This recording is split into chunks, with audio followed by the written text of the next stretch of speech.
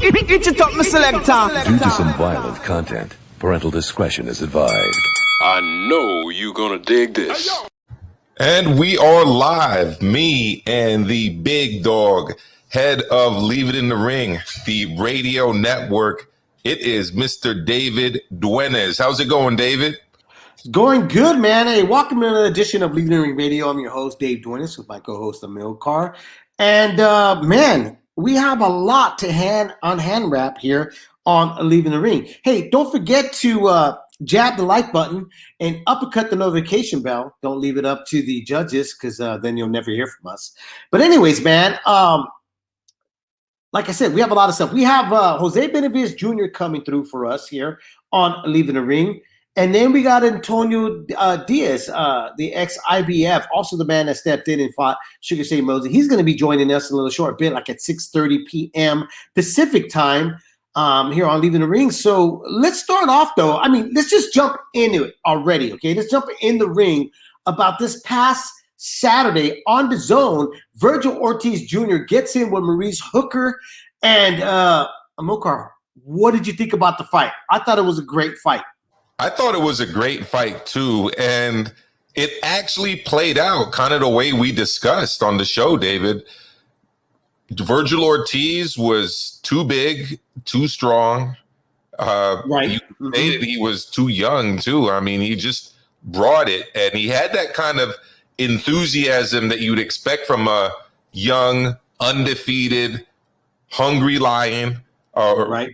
Really wanting to go forward. And once he kind of sensed that Maurice Hooker couldn't really hurt him that badly, the fight just totally went into one-sided territory. I was actually very impressed by the way Hooker fought. He boxed his ass off. And I would have liked to see a bit more movement from him, but you cannot question his heart at all. And I think what he did at the end of the fight was classic. The way he told those fans to go fuck themselves and said that they don't know what it's like to be a warrior, because guess what? They don't. No, they really don't. You know, I tweeted out a little earlier. I said, look, I saw Maurice Hooker touch Jose Ramirez. I saw Maurice Hooker touch Virgil Ortiz Jr.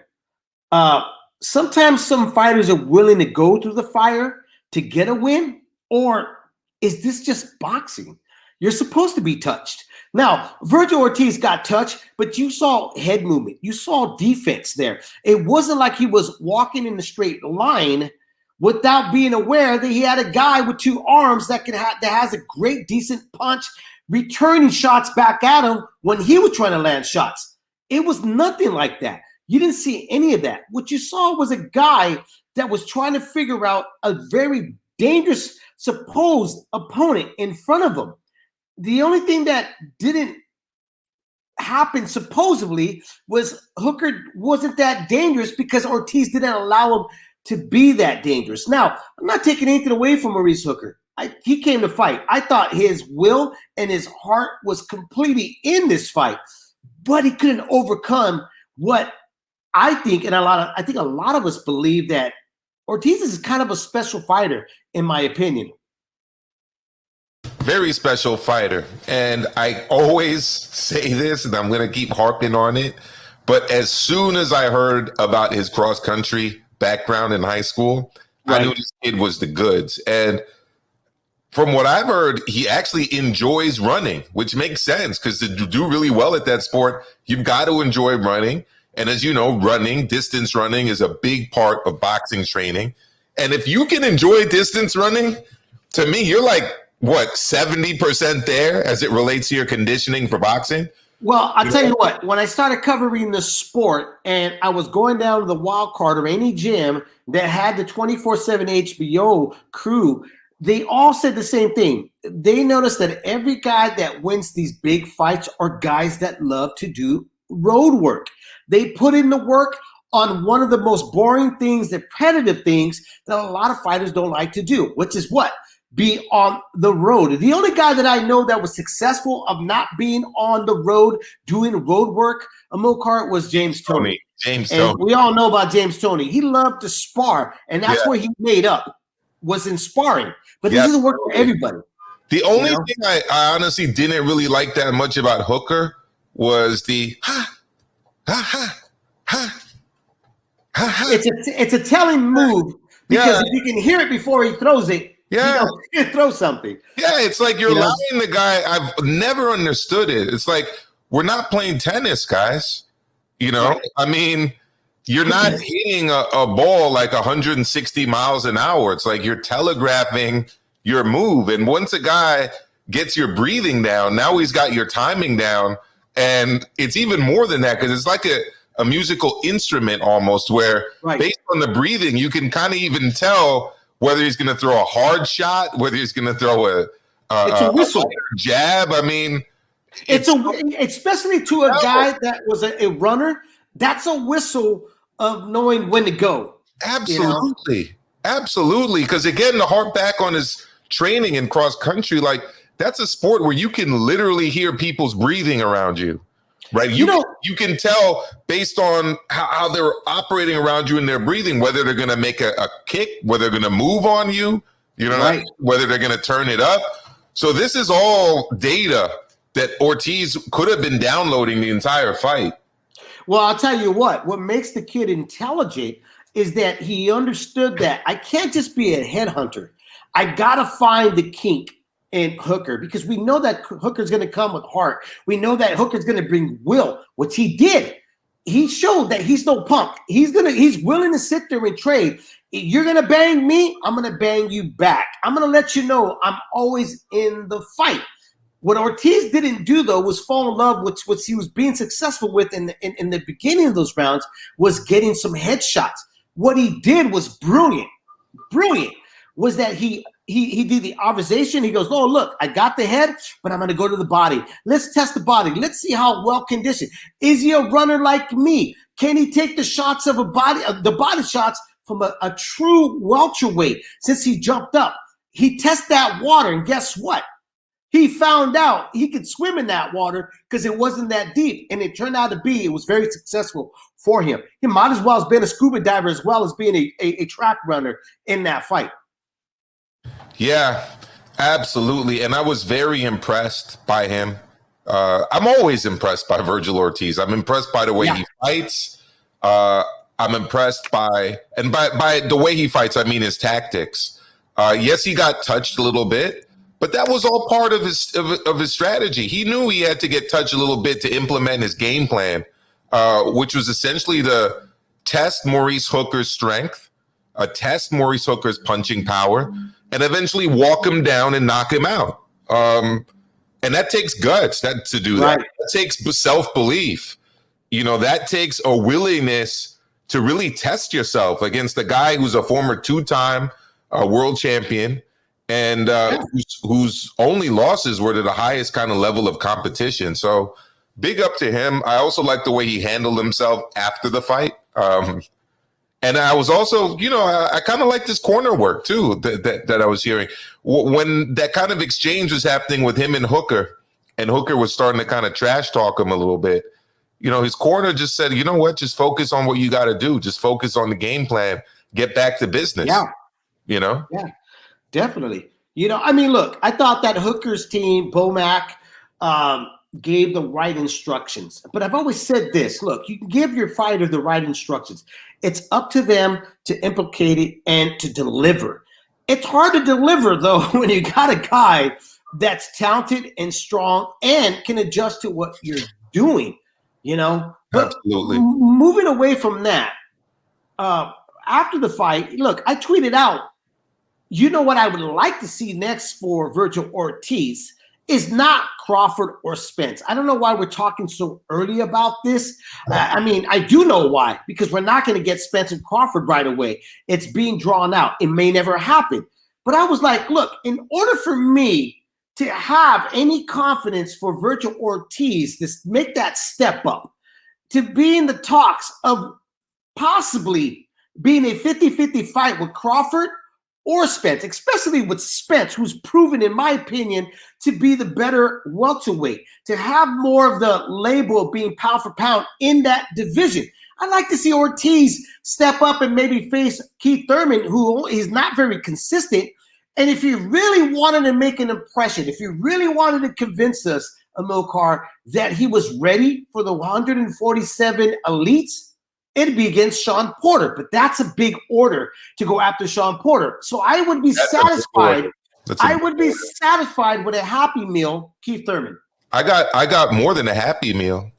I've got a Super Size Me style double Big Mac order coming your way in the form of Adrian the Problem Broner. How about that one? No. How about Adrian the Problem Broner, man? How about that? That's not even a super size meal. That's like me getting my order of 6 nuggets and you give How me about 4. the problem? Let's get the problem in there. That'd be the problem. That'd be the problem. I'd go through the window, order my 6 nuggets, and I'd only get 4 pieces of the nuggets. I'd have to go back because that was the problem. I don't want it. Look, what I want is real test for Ortiz. Forget the names. I mean, that would be a good name to market against because Broner's going to come to fight. Broner's going to, he's going to talk the talk, but doesn't really walk that walk. What I want are something that's more tangible, something that you can go, okay, nobody has stopped, or Keith Thurman. Keith Thurman lost to a great Manny Pacquiao. There's no shame to losing to Manny Pacquiao. Go after that. But like I said, if you really wanted to make a jump, if you wanted to leave the fast food market and you wanted to go to the 5-star dine, you go to Sean Porter. But that's even a very big chunk of steak he may not chew on very well right now. I don't see why is the big rush of seeing him against Crawford. Even like Crawford, look, let me take a few steps back about Crawford. Why is Crawford so much more elite than Virgil Ortiz when Crawford himself hasn't even proven, in my opinion, to be in the status of being the best welterweight right now? I mean, Crawford to me is still a guy that has a lot of questions to answer in the welterweight division. The only one that doesn't want to answer them is Crawford. The only one that wants a big payday at the moment is Terrence Crawford. I could see Errol Spence. That's argumentable right there where you could say he's the better guy. Of course. Why? Because he's fought guys that are actually welterweights. Well, I've actually got some footage of someone who needs to test himself again at the welterweights. Here we go. Winning your 3rd title. You're 23 years of age, 3 different weight divisions. What does that mean to you at this point in your career? I mean, it's a tremendous accomplishment. 23-0. 23 years old, 27-0. 22 knockouts. I mean, who's doing it like me in the game? Nobody. And shout out to World Star, because we're going to put his ass on World Star, too. And your role model, Floyd Mayweather. I mean, who's doing it in the game as big as him, Dave? Who's doing it in the game as big as him? Now you're trolling me. Now you're really trolling me. Oh, man. But look, shout out to Outlaw out there. Outlaw was saying that no PBC fighter is fighting Ortiz. That might be pretty true. DG's up here with us. So is G Funky Boxing, Puerto Rican Rum, and my man Nando is with us as well, along with our brother Chicano Prophet. Let us know who you think, guys, in terms of who should be up on the docket for Virgil Ortiz Jr.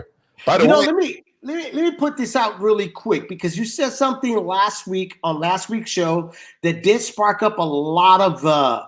It actually had a lot of ears pointing up in what you said. And even some fans were kind of upset about what you said on the Leave It in Ring Gmail. The saying of like PBC guys don't want to fight versus the guys that are like, Gonzalez and Estrada, they come from a different spot. I agree with you, but then I don't agree with you because I know the gear is like, look, I think what we're trying to say is American fighters, right? American fighters don't want to step up. American fighters want the big payday without really putting in the work. Marvelous Marvin Hagler, late Marvelous Marvin Hagler, who we had on, said it best. I was in the era when fighters fought.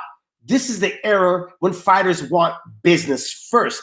I think the only guy that stands out for me, and you might disagree with me, I think a lot of folks may disagree with me, But I look at Deontay Wilder. I think he's one of the last American fighters that were willing to fight anybody. He fought Tyson Fury twice. Didn't need to do that. He fought Ortiz twice. Didn't need to do that. And he's been willing to want to fight guys.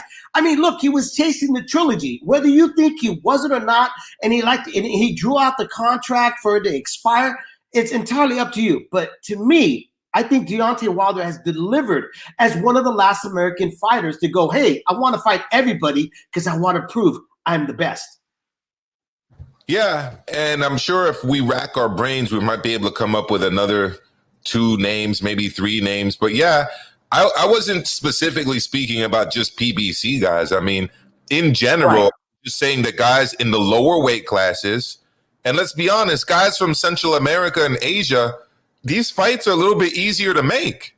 I don't think that's that controversial, you know. We can get unification fights at 115 more than we can get them at a 154 or 147 or at the heavyweight division. These guys are fighters willing to fight. And yeah, their backgrounds are a little bit different, you know. I mean, no disrespect to, you know, people out here in the US, but I mean, it's a whole. But it's almost kind of true because I agree with you. You know, the more and more we see American fighters, we're starting to see this trend where they've kind of figured out. Look, I've always said this. I've said this for years. It's a double-edged sword. We asked our fighters to be smarter. They've become smarter. Like, I'll give you a perfect example. Devin Haney. This kid, when he came out into the scene, he came out as the youngest promoter. Think about it. He's actually been behaving like a promoter. On the next, the round table, almost said a no-show. That we used to have on Leaving Ring. On the round table, you guys were bringing up some great points about how Devin Haney is using social media, tagging himself with names of other fighters, generating the interest, but never really following through. But at the same time, got $1 million to fight a one-legged, past his prime, not even in the division he belongs in, Yuriorkis Gamboa. He's been doing a phenomenal job. Meaning is he's been actually using his promoter hat, promoting himself to get himself out there. Is that always a good thing? Yes and no, because we ask that of fighters. Get smarter with your money. Start being more aggressive at what your value is. But I think a lot of them are starting to be more aggressive at their value without even showing what their value is. Yeah, I absolutely see a lot of truth in that. But you know what I'd like to see now that I think about it? And they were kind of preparing us for this possibility. But why not get Ortiz in there against Nino? You know, the Argentinian on the undercard. That guy's a savage. You see that fight, Dave? I know you saw it. I saw that fight. He is a savage. But what has Nino really done? I mean, he's only going to beat a guy that hasn't proven himself. And that's what I'm saying. So is that what we're going to do, is allow Ortiz to do what Crawford has done, is beat guys he's supposed to beat, or give us some real challenges? You know, I want some real challenges, not so much a one-sided deal. I mean, look, I'm not a Canelo hater, but I'm also not a Canelo writer. You know, and what I mean by that is like Canelo's doing something great. He's going after unifying a division never been unified before, 168. But at the same time, look at the oppositions he's faced against. Can you really pick them? Can you really be confident and go, these guys got a chance against Canelo Alvarez? No, not really. See, Virgil Ortiz is in a position where he can actually has real challenges, where now we can actually not just have a pay-per-view event, we can have a super pay-per-view event if he's able to pass these real tests. Here's the thing for me, though, Dave, and shout out to Shoeshine who just joined us. Virgil Ortiz isn't a champion yet. No, he's not. Still on the road to being a champion. So yeah, I think that Nino would be a good all-action fight. He's going to test him, at least in terms of his strength and his resilience again, in more of a way than Hooker could, because Hooker, let's be honest, he's not a sturdy 147-pounder and had never really proven himself as such. Nino's solid. You know, Nino's going to bring it. And if Ortiz was a world champion, then I'd be like, yeah, he should be taking on other world champions or former world champions. But I do like the Thurman fight, but I'm kind of like Outlaw. Like Outlaw, I think he's right. I don't think PBC fighters are going to be jumping at taking on Virgil Ortiz. And Thurman, he's waiting for a big payday fight against one of the guys. But you know what? The thing is that Golden Boy and PBC have played with each other. So it's not like Top Rank in PBC, where Bob is like, I don't want to do that. Golden Boy has shown, and PBC have shown, hey, if the money's right and we can make this happen and we can coexist, let's make it happen. I like what Outlaw said. I agree with Outlaw. Why not the Mean Machine, who gave fits to Terrence Crawford? That is a great matchup. If no Thurman, no anybody else in the PBC sphere, give them the Mean Machine. Yeah, I mean, the Mean Machine, it would be a good test. I mean, the Mean Machine gave Terrence Crawford some problems, especially early on. Look, I think there are a few options out there for him. I mean, there's plenty of competition at 147. We're going to have a guest on shortly who's competed at 147, and I know we'll get back into the title contention picture.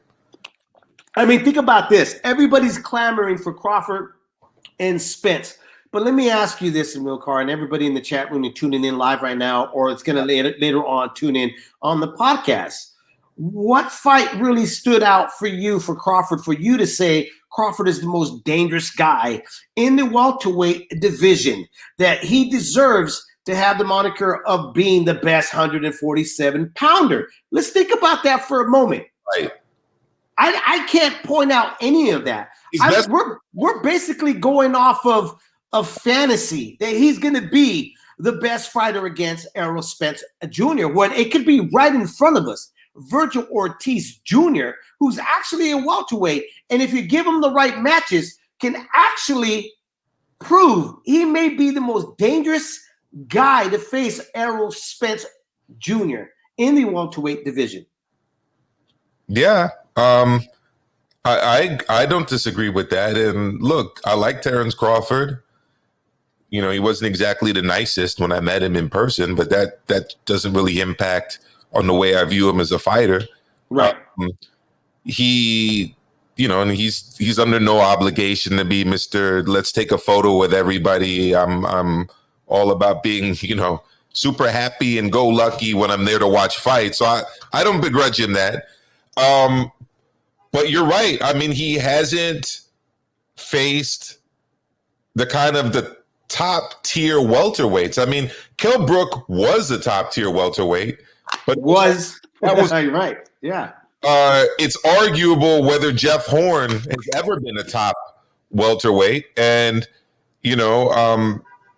our guest who's going to come on soon was also one of his best wins at 147. But he has yet to take on a champ at 147 with the exception of Jeff Horn. And right. Who was a very limited guy. Very limited. We haven't seen Crawford against Danny Garcia, Keith Thurman, Sean Porter. I mean, let's think about it. Whether it's his fault or PBC's fault, the facts are the facts. This is who he has not faced yet. Yordenis Ugas. Right. I wouldn't be so opposed of going for Ortiz and Crawford. And again, I'll tell you why. Because I don't think Crawford is that proven at the welterweight division, especially the struggle that we've seen. We've seen him in the 147 division. Think about this. Ortiz may be a much more live dog than some people would suggest, okay? Versus him going in against Errol Spence. I would take a back step there and say, I don't think he's ready for Errol Spence Jr., to be honest. But I do think that he's very, very competitive against a Terrence Crawford. So what does that say about Terrence Crawford? Yeah. I mean, look, Terrence Crawford is probably in a more desperate position than anyone right now to get a big fight at 147 pounds because, he's got some time remaining on his Top Rank contract, and Top Rank has proven that they're either unable or unwilling to get him the big fights at 147 pounds. And that includes offering Sean Porter essentially less money to face Crawford than Sean Porter earned to face Formella. Absolutely. And big shout out to Blood Boxing, Retro Boxing, and documentaries, Shoeshine Boxing, Nado Que Paso Run, PMC, DG. You're absolutely right. If Virgil were to beat Bud, everyone is going to say that Bud was never a true welter. He never fought anyone. And that's what I'm talking about. You know, look, the only guy that I honestly can say is a dangerous foe for anybody, and Errol Spence could attest to this, is Sean Porter. Whether you like his style or not, it's effective. Whether you like his commentary or not, guess what? He has the right to say certain things when he's commentating a fight because he's done it all. He's actually fought everybody on the list of who you need to face in the welterweight division. The only one that's not there yet is Virgil Ortiz Jr. And if I'm Golden Boy and senior of Ortiz, I would say he's not for you at the moment. You're still young. We still need to place the bricks in the right spots so that you have a barrier that's unbreakable in the welterweight division. That's why I get kind of frustrated up when I hear Terrence Crawford's the best. He's this and he's that. He's this and that. There's too much. There's too much clay put onto a guy that hasn't done enough in a division that's so welcoming because it was so shallow when he entered that division. So I've got a name for you, David, and we saw him on DAZN recently. What about David Avanesian, who just stopped Josh Kelly? That is a good name. He's a rugged guy. He's a veteran guy. I would love to see Ortiz go in there with him. I'd like to see Crawford get in there with him. I mean, these are real guys that are real tests, okay? They're going to come to fight. They don't really go along with the program, which is like, hey, look, I'm here to get a paycheck. These are guys that want to show up and show out. That's why with Hooker, Texas, you got to do better. You were booing a guy that showed up and was trying to show out. He just had a guy that was 4 times more talented in front of him, and that was figuring out the puzzle of Maurice Hooker Jr. Maurice Hooker. I've got another name for you. What about Mikey Garcia? He's a free agent, right? I don't want to see Mike. I mean, Ortiz wouldn't fight Mikey Garcia. They're still in the same camp, But I mean, But here's the thing: is Mikey to me is a tweener welterweight. Yeah, that's why if Mikey Garcia and Manny Pacquiao, if it happens, which there's a lot of talks about that happening, I mean, you got to favor Manny. Mikey's dangerous. He's got a jab, but let's be honest, he's no welterweight. The guy doesn't belong. He belongs at 135. That's his best. Got another name for you, right? Go ahead. This is like an old boxing after dark kind of matchup. Ready for it? I'm ready for it. What do you got? Virgil Ortiz versus Boots Ennis. Ooh, I'd love to see that. I would. I knew you like that one. That is a fight right there. That takes me back to when I was in high school watching Boxing After Dark on the weekends. I don't think. Listen, if let's play trainer. Let's do that for a minute, okay? Which Jose Benavides just texted me. He's going to be like 5 to 10 minutes late, which is perfectly fine because we still got some stuff here to hand wrap here on Leaving the Ring. Don't forget to jab the like button and uppercut the notification bell. Don't leave it up to the judges because they won't notify you when we're on live here on Leaving the Ring. The thing with Boots is that, look, Boots is a strong guy, but we don't know enough about Boots. And as a trainer, that's where even though they know each other in the amateur, but the amateur is different. Throw that out the window, okay? Throw that out the door because, see, when a guy leaves the amateur rankings, what they're doing now is sitting on their punches more. They're working on long distance run, the marathon run, which Ortiz is, okay? He's a marathon runner. With Boots, though, we don't know that because nobody's kind of drug him into that area yet. We don't know whether or not he's just gonna if he just has high performance in the shallow part of the water. Can he swim that deep? Why would I, if I'm chasing the bigger guys and I'm chasing the bigger names, if my fighter's doing all of that, why would I, Amilcar, want to find out whether this man would sink or swim, especially knowing he's got a big punch at that division? I would steer away. I would wait to see with boots. You know, even though as fight fans, as thirsty ghouls that we are, yes, sign me up for that fight next week. Yeah, man. Yeah, I'm absolutely. I just sign up for that. It's not a pay-per-view fight because they're not mainstream names, but I'd be just as excited about that fight as almost any other fight in boxing right now. Because you're gonna have so many questions answered in the fight, right? I mean, it's two guys who are on the track to be like the next two premier welterweights, or like the next generation, right? The next men up. I think it would be great. But then the way boxing is, they'd probably save it, right? For something. You know, like Shushan Boxing Dave 408, man, who's cock blocking right now on leaving the ring. He's saying those two may be the next Crawford and Spence scenario. No shit, dude. You're absolutely right about that. It might. Let's hope not. But the way things are looking in boxing, every fighter has a value. Another name. They have a value as soon as they pass 500 followers on either their Twitter, Facebook, or TikTok. They're like, oh shit, 500? That means $500,000 is what you should be paying me in order for me to fight this guy. Ooh, 1,000? That's 100 million for me. You should be paying me before I fight this guy. Somebody mentioned Jesse Vargas earlier on. I'm not as interested in that, but I'll tell you who I would be interested in seeing. Hey, so Jose just said he clicked the link. Can you check the backstage? See if he's on. I'm here. I don't see him. I'll post the link to you again, Dave, and I'll put it in our chat, and you can send it to him again. It's in the chat right there. But the Riverside Rocky. Let's give him a last stick. Jose Rocky, baby. Josecito Lopez. Yeah, dude. Lopez. I think that is a big fight right there at 147.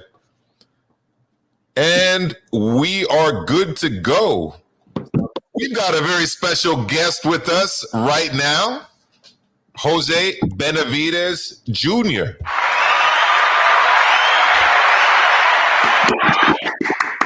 ¿Qué pasó, Jose? Hey, man, thanks for coming through, bro. I really appreciate you joining us here on Leaving. It's been a long time, man, since we've spoken to each other. It's been a while. No, and thank you guys for having me on the show. But yeah, it's been a while, but I'm back. I'm back now. And a lot of people, thought I retired. I don't know what they thought. Everyone thinks their own thoughts, but I was just taking some time off. I was taking a little break. I don't know. I'm pretty sure you guys know I just had my daughter, so spending some time with her. Congratulations, man.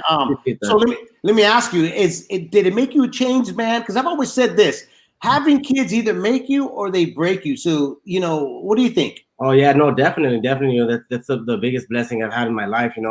And it just makes me think different. I'm not. It's all about my family now. It just motivates me more, and I couldn't be any happier. I remember one time I was talking to your dad, and I think it was your dad, or maybe it might have been your brother, and your brother David had said, "Look, Jose is a street guy. There's no in between. Either you're gonna love him or you're not." Do you think having a child, your daughter, and all that, did that change you a bit more? Did it make you more likable, or did it make you more tough towards other folks? No, I mean, there's everyone has a different meaning between the street and all that. To me, being the street, it's like, everyone's young, they go through what they do, all that shit to me is stupid now. Having my daughter, made me a better person, made me realize that none of that shit matters. It's all about my family, and it just made me, grow up. Right. Well, let me ask you this, because when these reports were coming out of you being a street kid, there was a lot of folks who were like, how could this vato be a street guy if he basically has the world? You signed with Top Rank at a very young age. You were signed to a very lucrative deal. how could you not see that? Was that because, no, like you said, maturity? No, I got you. No, I got you on that. You know, like I said, everyone has their own opinions on being street. You know, it's not that, you know, I've worked my ass off since I was a little kid, ever since I was 6 years old in the gym with my dad. It's just that, I mean, not necessarily saying that I went and did all kinds of, you know, dumb shit or whatever. Just, you know, being around people that I shouldn't have been around, you know, and pretty much not taking shit from anyone, because, you know, the difference between me and David is you see he doesn't really, he's more of a conservative guy. He's more quiet. With me, you talk shit to me, I'm gonna talk shit back, you know. So Right. I'm more out there, more open. I mean, it's just you know, I don't see no reason for me to be trying to fight people or all that, because back then, dude, I was younger, you know, people would look at me some certain type of way, and I'm not gonna stay quiet, you know. I'm not gonna stay quiet, but there's no point in all that, you know. You could talk shit to me all you want. Now you could whatever you want to do, as long as I don't feel like I'm in danger, my life, my family's in danger, then there's no reason for me to, you know, try to act tough and none of that. You know, I find that crazy, because like if somebody's talking shit, like what, they don't know you're a fighter. You know what I mean? Like, if you remember that scene with Chris Tucker and Tebow when Homeboy tells him to shut up, that'd be like me with you. If you told me to shut up and then you left, I'm like, hey, he told me to shut up, but you know, I start talking after he left. Yeah, no, and dude, with me is, you know, I joke around a lot, dude. I'm always messing around, you know. That's my personality, you know. Right. And I mean, for me, like talking shit to other people and all that in the streets, it's not. I mean, unless you're my friend or whatever, I'd be fucking around with you. But all that, nah. I wish everyone the best of luck in life. You know, I don't look down on anyone. To me, everyone's the same. Money doesn't mean anything. You know, you can have $1 million today, you lose it all tomorrow. It don't mean shit, you know. So being a good person is what I'm about. You know, someone shows me respect, and I'm gonna show them respect too. Absolutely. Let me introduce my co-host, Milcar. Yeah, how's it going, Jose? Thank you so much for joining us, and congrats on your family, your growing family. I saw you with the wedding band. Oh, yeah. No, life. You know, I'm happy where I'm at right now. I'm happy with my family. You know, they motivate me.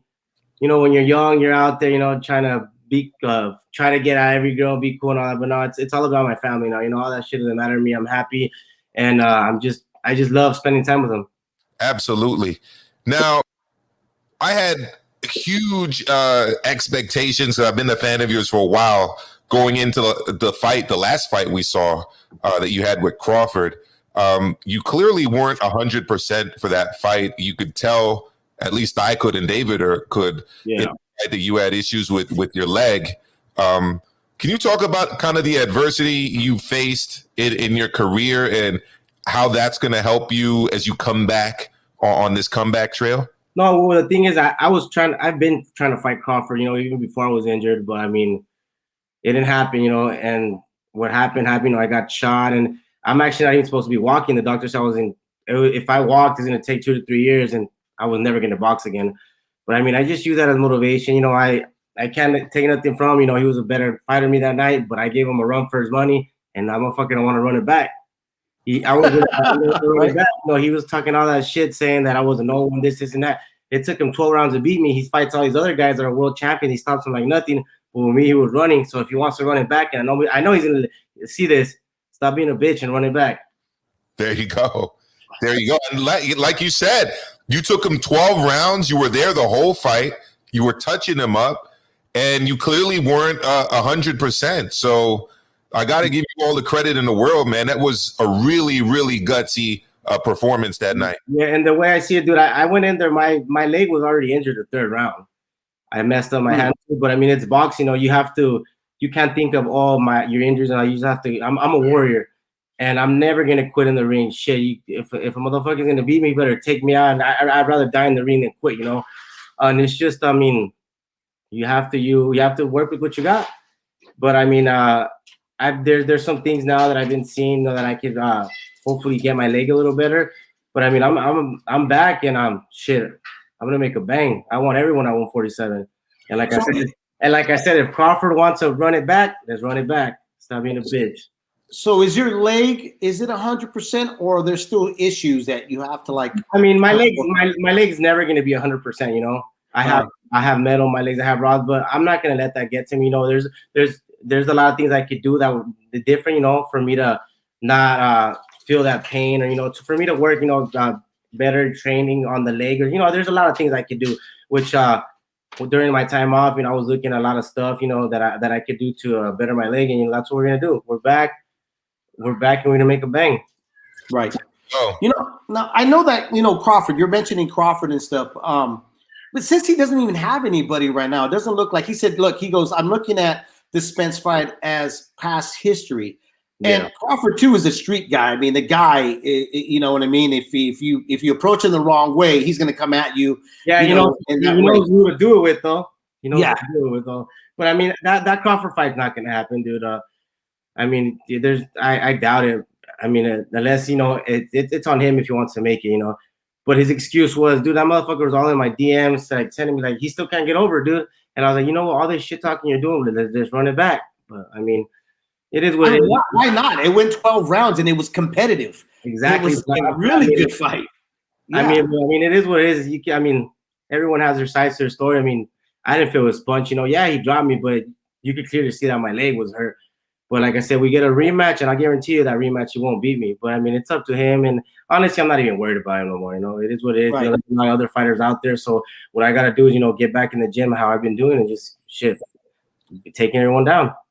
So are you the plan is to stay at 147? Is that the plan? Yeah. Staying at 147, I might go up to 54, but I want to focus on 47 right now for another year or two, then probably go up. cool. Bueno, tienes fans aquí en el chat y tienen preguntas. First, we've got Nando. He's asking, are you still signed with Top Rank, Jose? Yeah, I'm still with Top Rank. Right now. Cool. And then I've got another question from Nando. He's asking what date are you targeting for your next fight? We're looking around maybe May or June. Okay. Soon. And I had one more from DG. He says he's hoping to see you back in the ring soon. Question, are you still training during your free time? If so, are you sparring? I've been out for a year. I wasn't doing shit. I was, just staying, at home, raising my daughter, watching her. I didn't want to miss her first steps. I don't want to miss her first little words, her first Christmas. But, now that she turned a year old now, dude, and she's going to get in the ring too. She's going to box too. But yeah, no, I'm actually right now, I'm working. I'm back at the gym working. Virgil Ortiz Jr., who just fought this past Saturday on DAZN against Maurice Hooker. Let me ask you, what's your assessment of Ortiz? Oh, he's good, dude. He's good. He comes to bang and he bangs. He's good. In my eyes, he's good and he's gonna get very far. Is that a guy that you would want to possibly get in with as well? I'll fight whoever at 47. Whoever wants to fight me, I'm not ducking or dodging anyone. Anybody could get it. We've got. Sorry, go ahead, Dave. No, go ahead. Go ahead. I have my question right after. You got a couple fans here from the UK with us here tonight as well, Jose. The first one, my man Undefeated, is asking, do you have any plans to fight out of the UK? Is that something that might interest you? I'll fight wherever. Wherever they want to give me a fight, I'll fight wherever. Right. I wouldn't mind fighting the UK. There you go. And my man London Left Hook says he wouldn't mind seeing a rematch with Crawford, as nobody else wants to fight him, and you're both with Top Rank. So yeah, you've got some fans out there that wouldn't mind seeing you get back with Terrence Crawford. I would love to see that fight, man. I'm ready. Exactly. Fight whoever, like I said, I'll fight whoever, whenever. I don't duck or dodge anyone. I train to win, and that's what we're gonna do. We're gonna come back and take everyone out. Hey, I've always wondered, because you know what, man, having siblings, and you guys are a fight family. First off, who betters between you and David? Because we know David's super talented.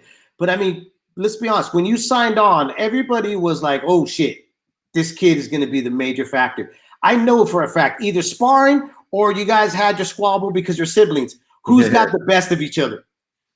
That's something you'd have to watch. That's something I give David the better work than he's ever gotten. So.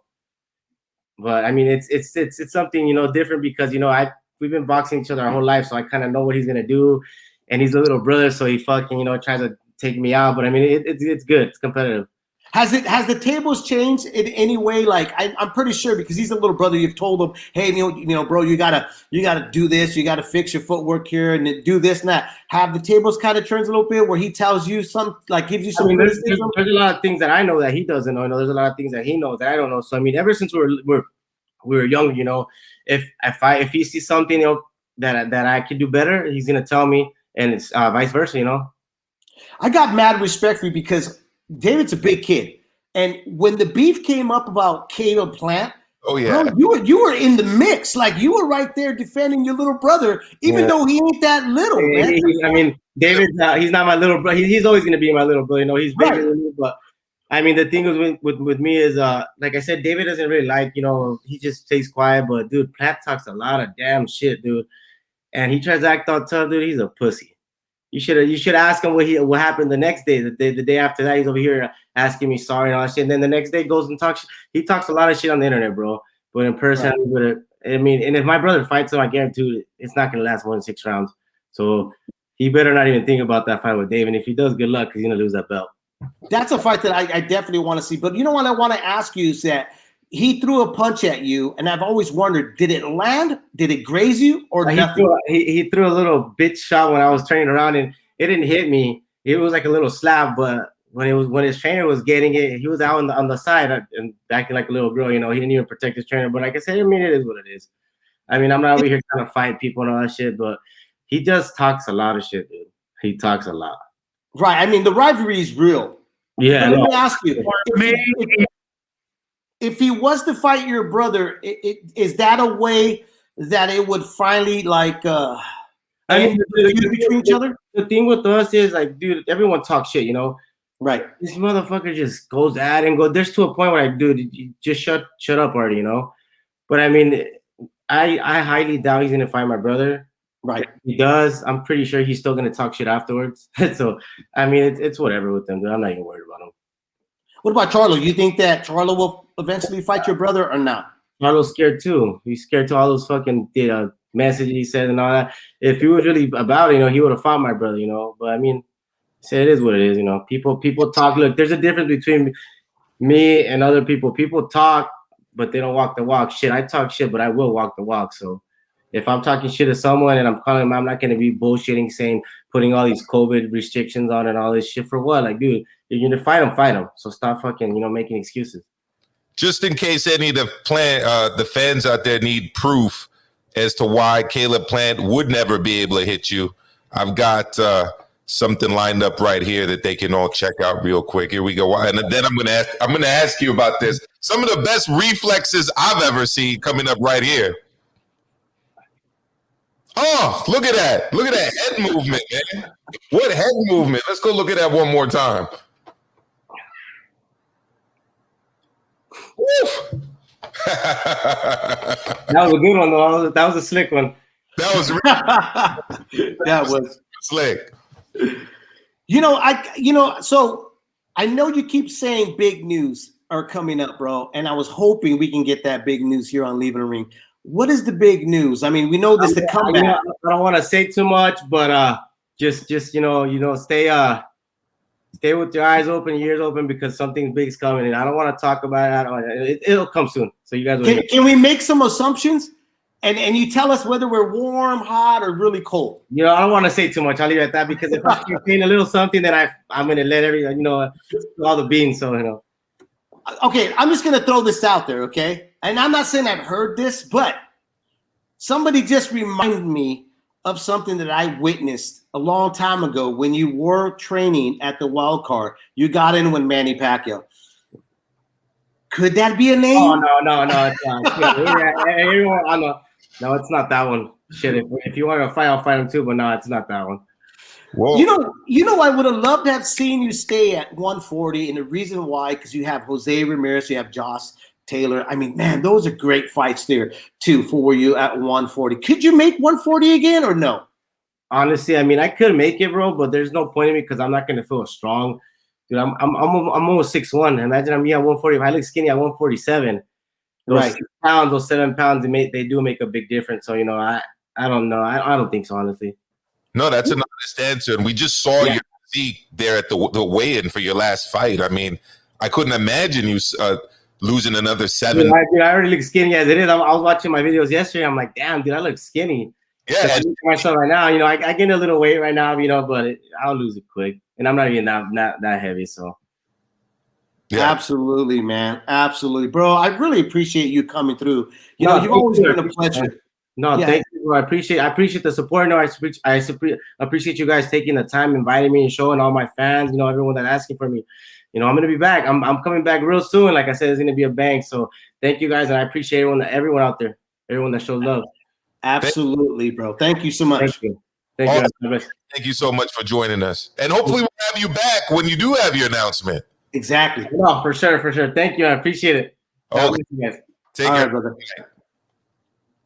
Jose Benavides Jr. staying raw and cut here on Leaving the Ring. Man, it was a great play. I was hoping to get him to say what was the big news, but they are keeping it a very big hush hush because even his dad gave me the same speaks like no, look, you're gonna see it. We're working on something really, really big. But yeah, man, thanks for coming through. I think it was great to see him back and to see how lively he is, and also being a family man. I think that was the biggest question for a lot of fans here at Milcar, was to find out whether or not has he changed his ways. Being married and have a kid, I've always said this, either makes you or breaks you. It looks like it made him. It grounded this young man to kind of now focus on something that he's had since the age of 18, signing with Top Rank, as in he's got a really good opportunity of taking advantage of. Yeah, he absolutely does. And look, you got to give him all the credit in the world for stepping up against Terrence Crawford, one of the most talented fighters in the sport. Like he said, he took him to limits that very few others have taken Terrence Crawford to, including former world champs like Kell Brook. So, yeah, I mean, big up to him. I wish him all the success when he comes back. Friend of the show, comes from a great family. I'd really love to have his father on with us again. That would be awesome. Yeah. I know you had him on a special edition of Leaving in the Ring when he was there at the gym. But one of the great father trainers in the sport. I'm also very interested in hearing more from Papa Fundora. And Brandon Lee's dad, too, is someone I'd like to have on. We should do like a father show at some point. Well, that's a good idea. Yeah. Especially we've had Brandon Lee on Leaving the Ring. I'm pretty sure we can get him back on. But we should ask the dads to come through. It looks like it's been an era for the fathers, to tell you the truth, which was kind of a thing that most people used to frown on about when you would find out, oh, your dad still trains you. I'm not sure about that. There's too much emotions invested that the right calls were not going to be made, right? Yeah, absolutely. And, it can go either way sometimes with the fathers. A lot of people are blaming Josh Warrington's dad for keeping him in that fight a little longer than possibly he should have. So, it can go different ways. So we're already getting some feedback on that one. London Left Hook's liking the idea of a father's convo. So we should definitely think about doing that. Like you said, it's one of those, it could work and it sometimes won't work. Warrington is one of those where the whole team should have saw. I mean, look, when you got a guy,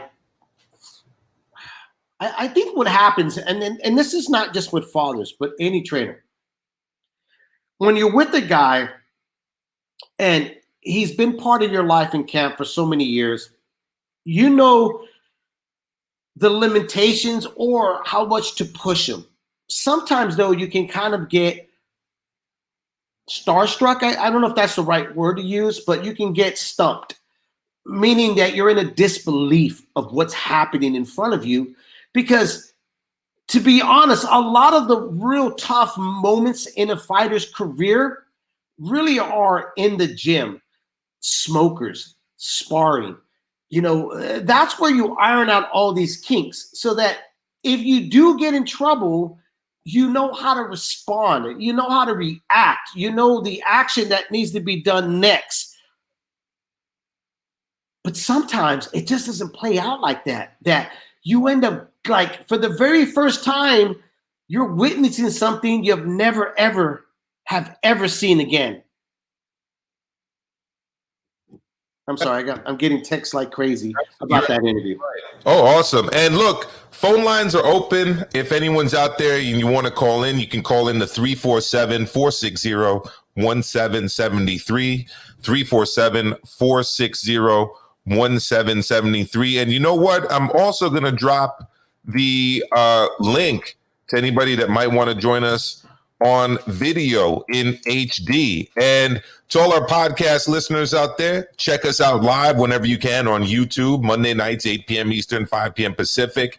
To everyone on YouTube, maybe you tuned in late, maybe you don't have time to watch the full show today, you can check us out on all of the major podcast formats, whether it's iTunes or pretty much anywhere else. So we've got area code 509 on live with us now. Area code 509, you're live with us. 1 second. Yeah, we should. Hello, you there? Don't know what happened to him. He dropped off. I can. Ooh, got TKO'd on Leaving the Ring. I think I might have TKO'd him, but we'll see if we can get him back. Hello.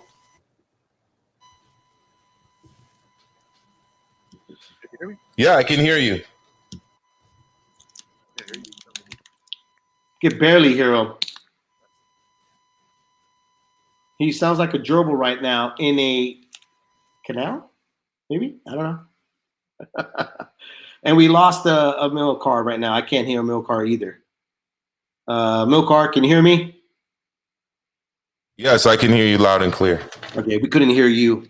All right, so if you are, like I said, wanting to check us out, please do leave us a review on iTunes and all the other podcast platforms, and let us know what you think. Even if it's feedback for a show, just let us know. Hopefully you want to give us a 5-star review out there. We'd very much appreciate it. You know, London left hook combo over the day puts Enzo Calzaghe was fascinating character. Sadly passed away. Now there's lots of footage on YouTube. You know, he was a really phenomenal trainer. You want to talk about analyzing and putting in the work to train his son, Joe Calzaghe, kept him undefeated. And you know, in the game of boxing, there's ways to maneuver your guys. I used to tell Freddie Roach years ago when I used to go to the Wild Card and interview him. I told him straight up in his face in an interview, I thought that he was one of the best matchmakers in the game.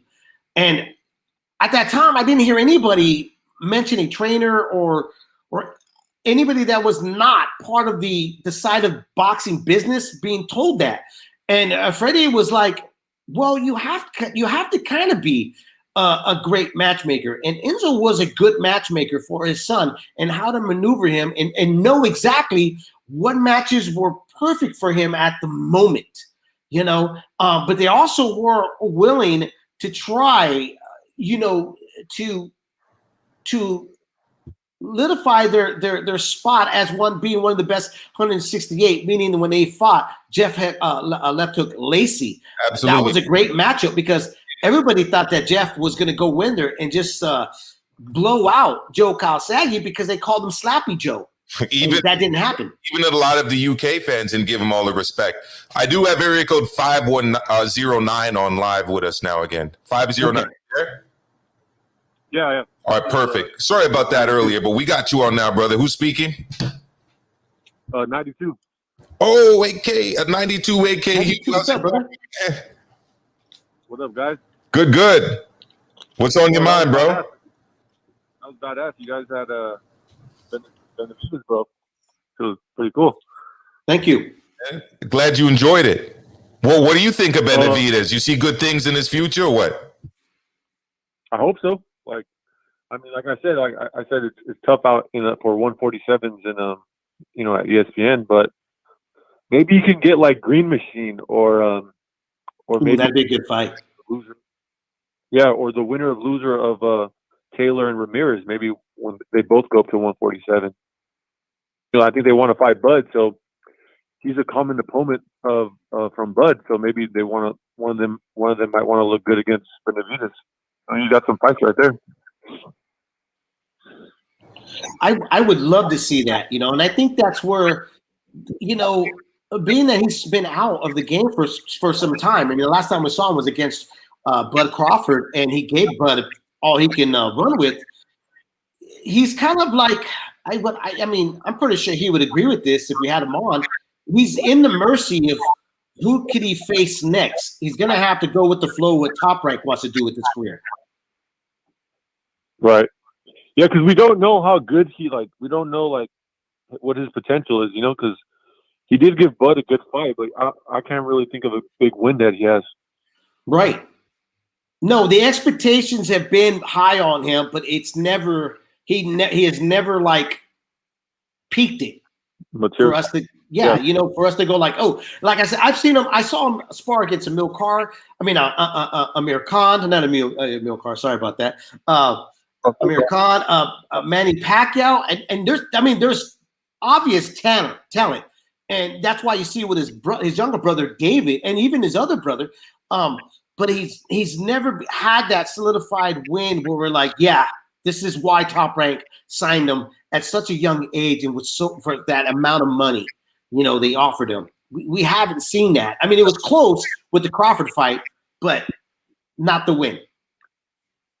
Yeah. At ESPN, I don't see any names, but him versus, you know, I want to see him test versus the CBC guys. You know, there's really like him versus Jose Cito Lopez at 147. All right. That'd be a good fight. Yeah, that'd be a fun fight. Hey, see, I'm not crazy, David. I know you're not. Check out the comment on the screen. Would you mind reading that, please, David? I'd love to see Benavidez and Broner dead serious. I wouldn't mind seeing that. That I wouldn't mind. But Ortiz and Broner, no, I don't want to see that. Yeah, dude. Fair enough. And Broner, the press conference. I like the press conference. I like when they talk smack to each other. That's what I'd watch. Dude, I mean, Broner and Benavidez in a press conference. Oh my God. You know, I mean, but you have to edge it with Broner because he's one of those guys that talk shit, but it's clever in the shit that he says. It's funny. He's funny. Oh, yeah, very funny. He's very funny. Hey, but what about Virgil Ortiz? Like, about this? What happened this weekend? Dude, he's a badass. Oh, he is. Serious badass. Yeah, I mean, he just beat Hooker up, man. He really did. He was stronger than him. He hit harder than him. He beat him to the punch on most occasions. And I was saying earlier, I don't know if you were on, but I don't think the was helping Hooker too much because Ortiz was able to time that and figure it out. Yeah, we kind of saw like the last two rounds of the fight. We saw like the KOs coming, right? Absolutely. Yeah, those body shots actually was the ones that were telling us that KO was pretty much coming, which I thought was a great move in Ortiz. It also shows you that Ortiz pays attention to the body language of the fighter he's fighting, you know, which a lot of fighters normally don't. They just they're so focused on their head that they're not looking at the overall of what's in front of them. And we saw that of Ortiz on Saturday. He looks at the overall of what's in front of him. Oh yeah. And dude, I love his attitude, man. Like I love like the post interview, like his answers were like awesome. Like when they said, "Are you ready for a Bud?" He said, "I don't know if I'm not," or he said something like, "I don't know if I am, but I want the fight anyway." Like right. Attitude, like yeah. Because like a lot of times we're like when Ryan Garcia got the win or some other young prospect, they're like, "Oh, is he ready?" And like we're always debating like, "Is he ready? Should he get more fights?" And he's like, "Yo, I don't care if I'm ready or not. Like, give me the fight." Yeah, he's realistic. That's why, and I think that's what's refreshing to a lot of us fight fans. You know, even though I saw a lot of fight fans on social media going, "Oh, he'll get knocked out. He'll do this." It's like, look, I mean, we're now in an era where we're literally trying to make our fighters not fight the best or the the more riskiest fights to find out whether or not they have the goods. Can we stop that? I mean, I don't tune in to fights to see easy wins or predictable wins. I tune in to watch fights that are competitive. That's what I'm looking for. And this past 2 weeks has been a really good refresh, throwback of what the HBO After Dark was, of fights of what made me love. So David, watching the sport. Yeah. Even what you just said, that I can only imagine that you will not be watching Andy Ruiz Jr. take on Chris Arreola, right? No, I will watch that fight. Let's be honest, man. Look, I think that fight, Chris always comes to fight. Is he over the hill? Yeah, he's over the hill. He's about maybe 3 buffets past what he should be doing right now in the sport. But you can't take nothing away from Chris. The kid comes to fight. Whether it's going to be 4 or 6 rounds, it's going to be 4 or 6 rounds of some real leather being traded.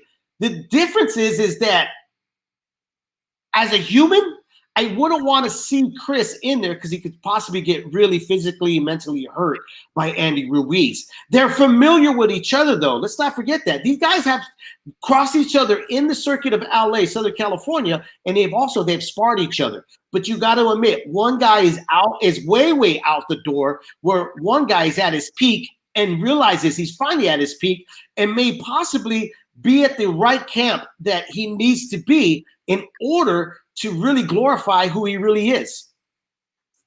Absolutely. I'm pretty sure not just the gyms. I'm pretty sure they cross paths at your local taco trucks, at their buffets, all you can eat. They've crossed paths before. I'm trying to find one of those all you can eat taco trucks, man. Let me know when there's one open so I can head over there, bro. That's at the places that have those women that you eat sushi off of. Didn't Andy Ruiz do that at the birthday party? Anyways, 92 AKU, mi hermano. You got any last thoughts? Yeah, man.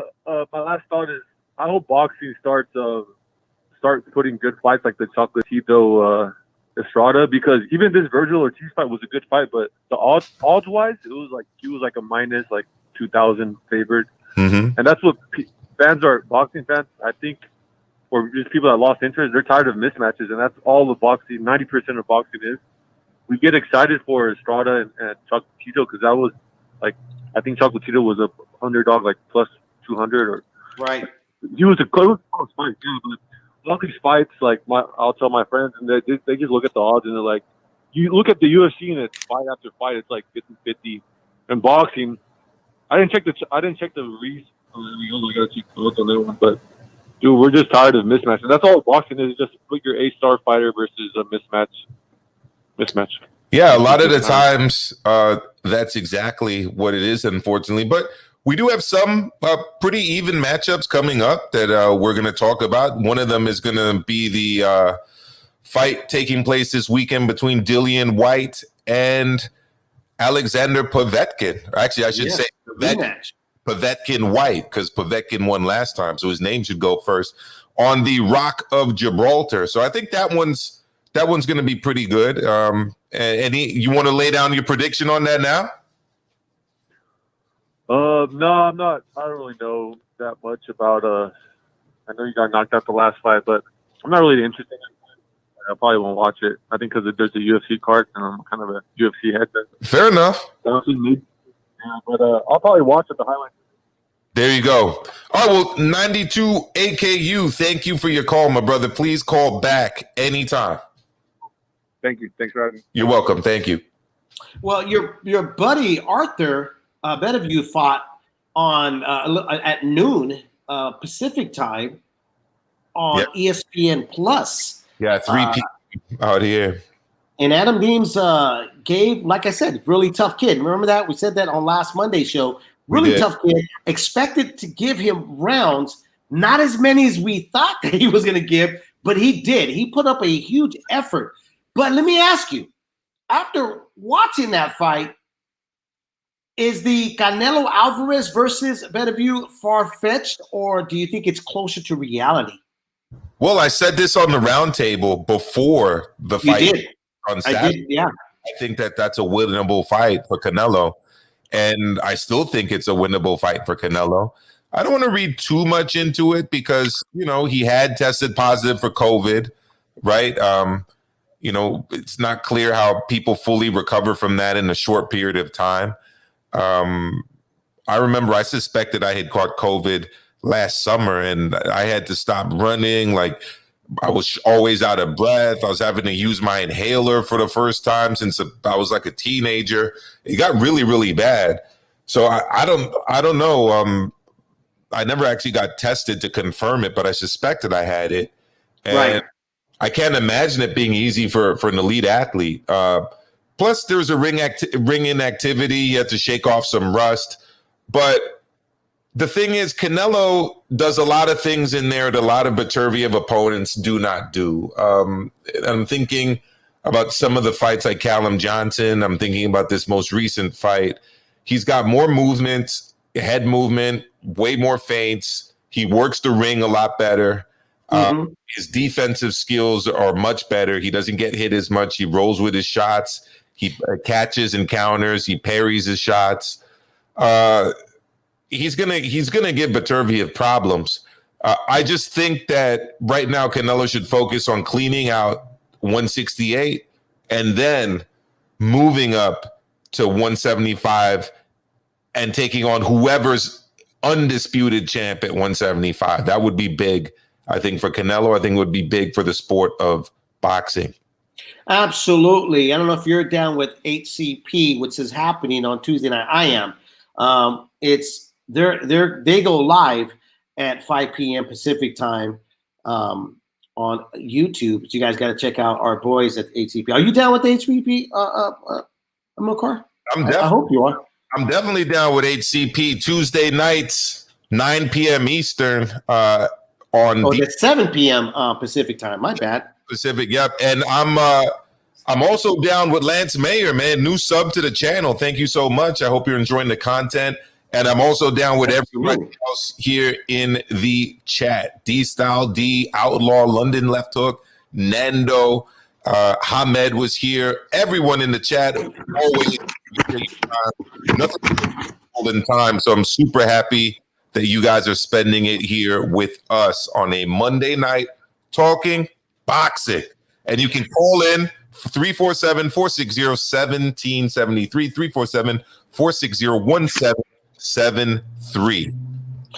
If you missed it, we had Jose Benavides Jr. come on Leaving the Ring. He did unhand wrap a lot of stuff here with us in the interview. Don't worry about it. You'll be able to catch the archive or catch the podcast tomorrow morning. But, going back to Benavides, Arthur Beterbiev. Yeah, everybody's already talking about Joe Smith versus him. Joe Smith has a very tough assignment happening in April. I mean, I think my prediction, I think your prediction was he may not pass this test. Yeah, absolutely. He's dealing with a tough opponent in Glasgow that's coming down from 200 pounds, a guy who's taken multiple heavy shots from cruiserweights. Yes. Talented guy in his own right, with a solid amateur background. I can only guess, given that he's Russian, that his amateur background is much more extensive than Joe Smith's.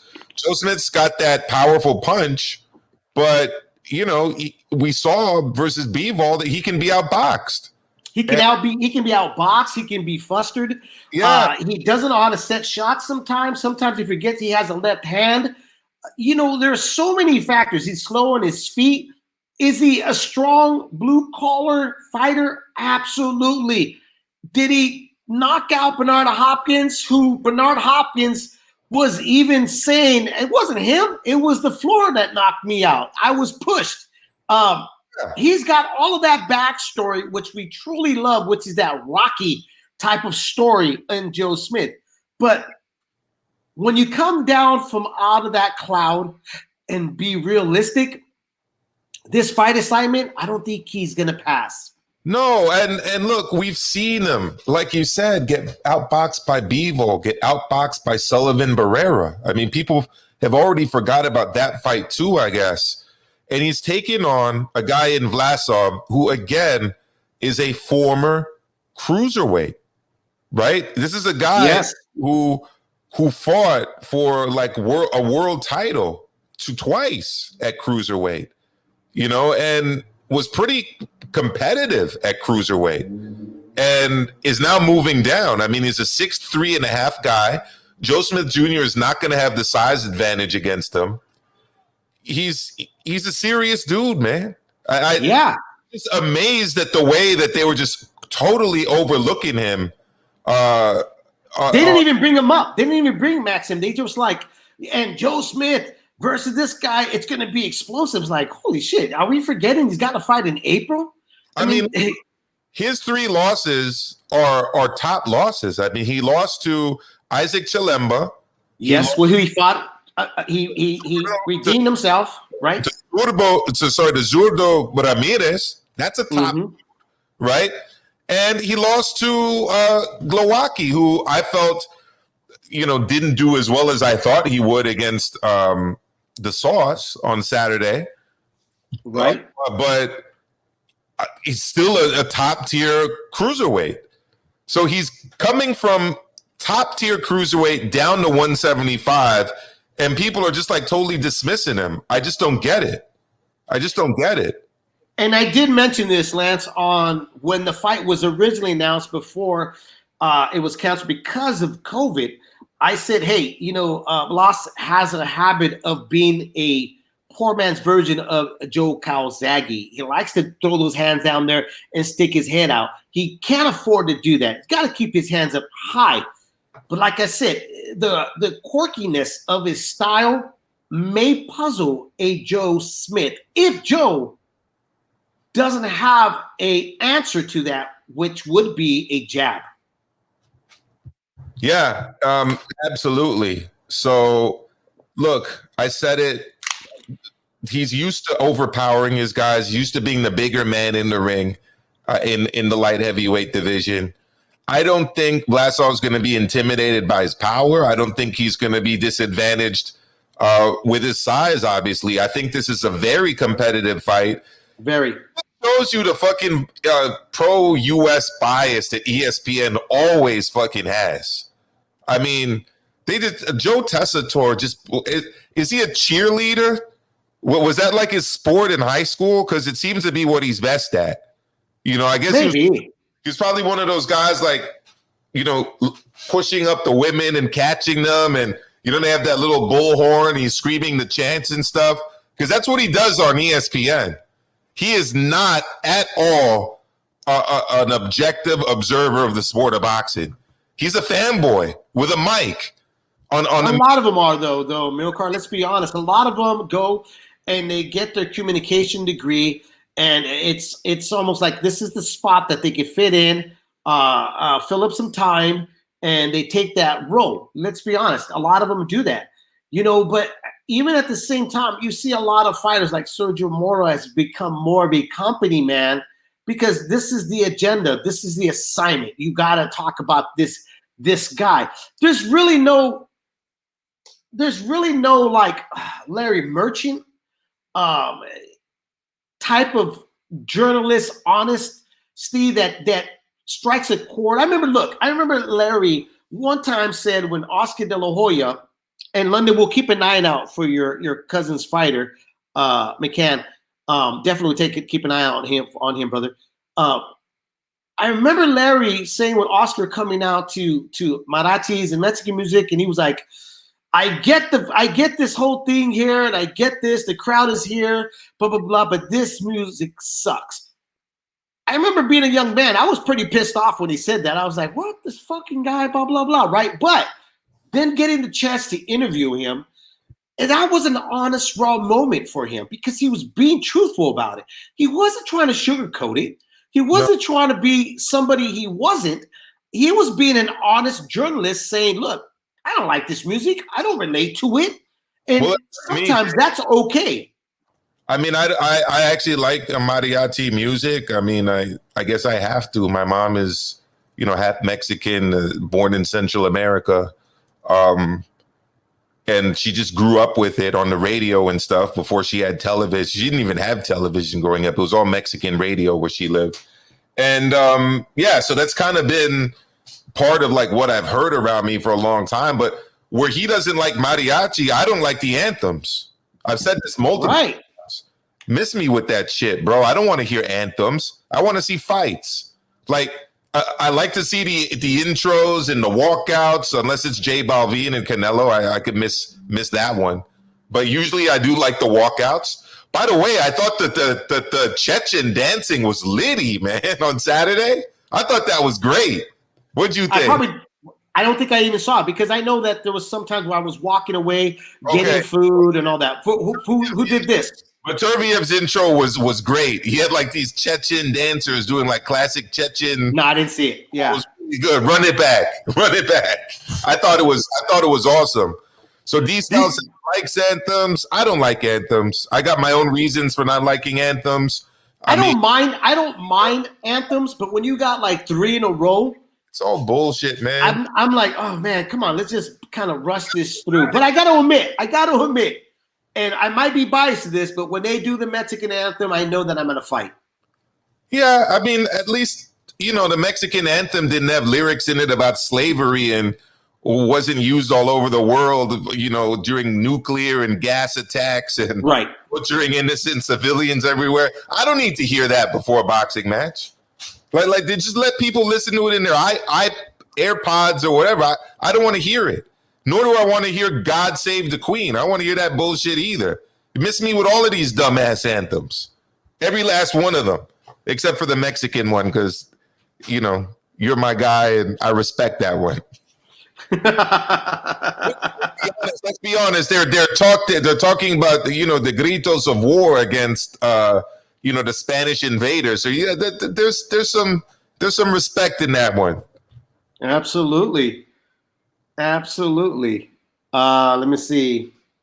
Okay, we should be getting Antonio Diaz here on in 5 minutes. He just confirmed with me he will be on with us, and I've been looking forward to this interview.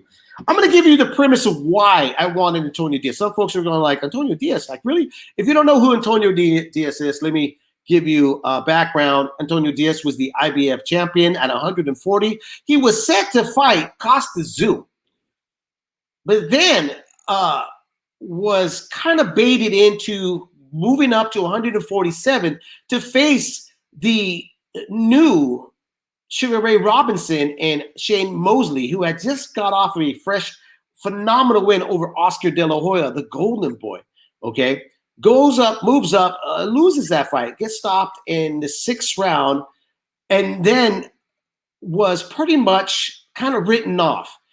We had him on leaving the ring back in October 5th of 2014. I had that interview. It was an extensive one, and I thought that it would be great to have him on because things have changed where fighters now have more control of their career, where Antonio Diaz was in an era where fighters didn't have that much control or didn't believe they had that option of having control of their career.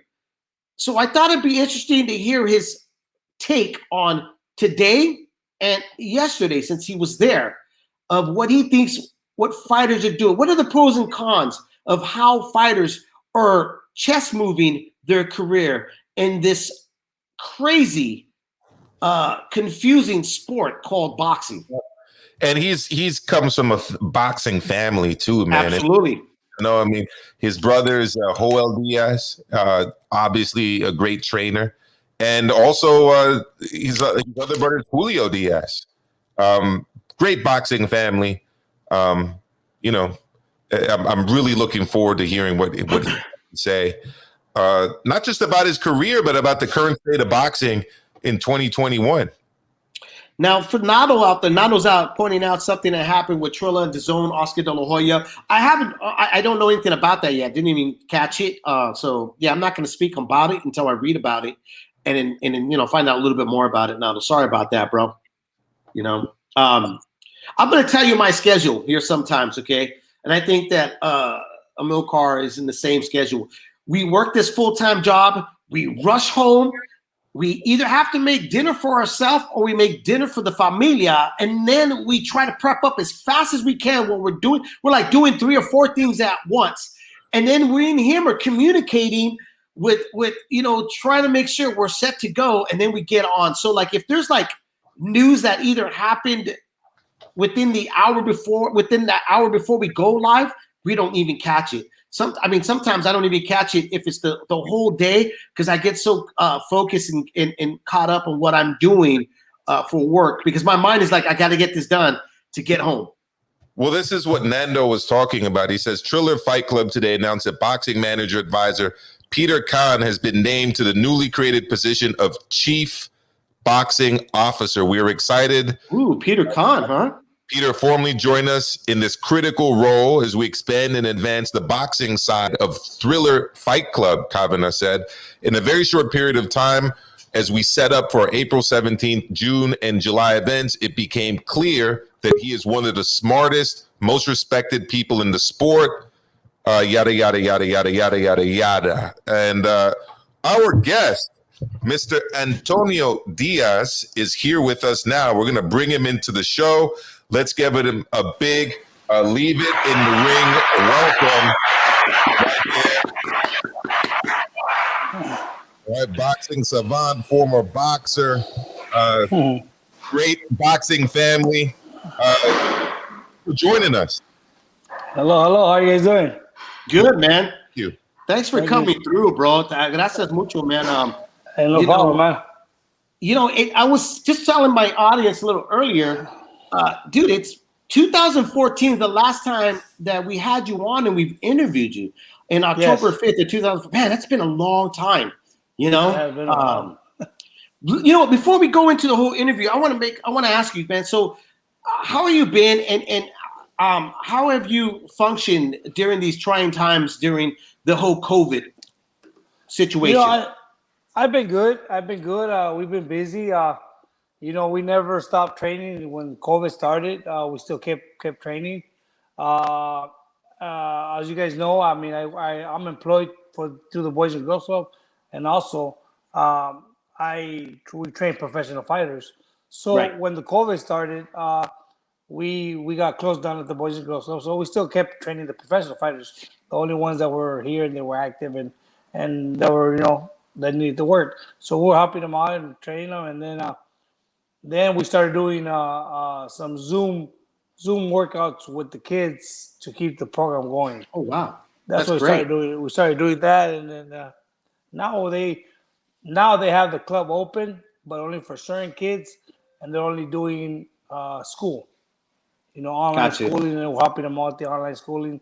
And I go there for a little bit, and then I go to the gym. We have a private gym right now. We're working out at. We're training our fighters that are fighting, and then I come back to work, and I'm still keeping busy, man. Busy all day. Let me ask you, because Julio, I don't hear much about your younger brother Julio Kid Diaz. What's he been up to? How's he been? He's been good. He was here at my house last night. We were together this weekend. You know what? Julio, when Julio was fighting, he had a construction company going. I used to run for him while he was fighting. When he fought Juan Diaz, when he fought all these guys, Keith Thurman and, all these fighters, his construction company was going. So I was running the company for him. And when he wasn't fighting, he was coming through, checking out the job sites and stuff. And he was pretty busy. So when he retired from boxing, he came to the gym and helped me out. He was helping me out with some kids. He wanted to train some fighters also. So he stayed involved a little bit, about a year or two in boxing. But then he finally said, what? I'm getting busier on my construction. I'm at work, at my job. I'm getting busier and busier, and I got to hire more people, and I got to do more stuff. And he started doing more other things other than what he was doing before. So he decided to just say, what? I'm done with boxing completely. I'm going to go into construction. He's always been a construction guy. He loves it out there, and he's pretty busy. He's doing grading, underground piping, demolition, glass clearing, water trucks. Yeah, he has machineries that he has, and he's busy out there. That's a hell of a trade right there, man. Yeah, that's a tough trade. Yeah, no, that's great. That is great to hear, man. So, has anybody confused you for your brother, Joel Diaz, and threatening you yet, bro, or no? Not yet. No, not me. No, nobody says. I mean, they confuse me with Joao, but not to threaten me. Yeah. People always confuse me with Julio. They confuse me with Joao, but I mean, I'm like, come on, man. Joao's like 4 feet tall, you know. He's gonna get mad. He's gonna get mad. I know. He's gonna tell you from the waist down, you're mine, Vato. Yeah. Yeah. Let me introduce you to my co-host here, Amilcar. Brother Amilcar, go ahead. Absolutely.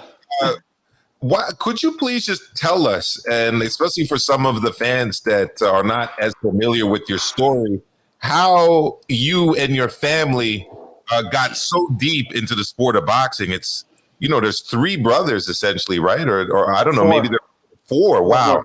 So could you just talk a little bit about that? It all started when Joao. I mean, we were born in Mexico. The oldest one is Joao. Then after Joao was Jesus. We call him Shaggy, myself, and then Julio was one of the youngest before my other brother. I was born, my younger brother. Joao started when we came from Mexico to here when I was 5 years old, and one day I was 10 years old, and Joao was out there, riding a bike, and he saw a boxing gym, and he saw one of our cousins in the gym. So we went and asked him, hey, what's going on here? Oh, this is a boxing gym. He was like, I want to box. So Joao, they put him in to box somebody. He got beat up, got bloody nose, and got beat up. And he said, "Dude, I want revenge. I want revenge. I want to get back at this guy." So he asked my dad. My dad said, "No, clean the yard." My dad was the type of guy that never wanted us to do nothing but stay home and clean the yard and get a job. So right. So it all started like that. Joao started going, and he started learning the sport of boxing, and then we started going, and then but the thing is, it was 4 of us, but he would never let all 4 of us go at the same time. It was either on Monday it was Joao and Shaggy, on Tuesday it was me and Joao, on Wednesday it was Joao and Julio, and then the next day again we mix it up until one day Coach Lee Espinoza he told my dad, you know what, these guys have talent, these guys are great fighters. Why don't you let all 4 of them come? I'll pick them up and I'll drop them off. So he will pick us up at 4 o'clock. Drop us off at 7:30 at home, and that's how we started. We just started going at it, and that's how we got into it. Go ahead, Dave. I was gonna say,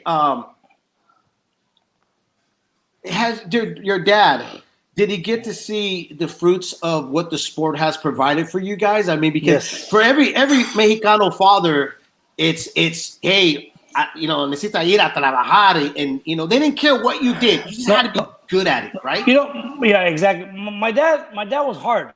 There was times that Lee would tell us, our coach Lee would tell us, hey, we're gonna go to a show on Saturday. So we would tell my dad, on a Monday, Dad, we're gonna go to a show on Saturday. Can we come? Can we go to the show? Quit messing around, quit playing around. Just stay home and clean the yard. Man, and on Tuesday, Dad, are you gonna let us go? He wants to know.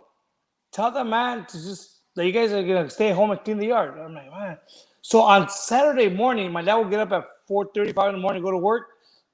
I would set my alarm. We would set up our alarm at 5 o'clock before we went to work.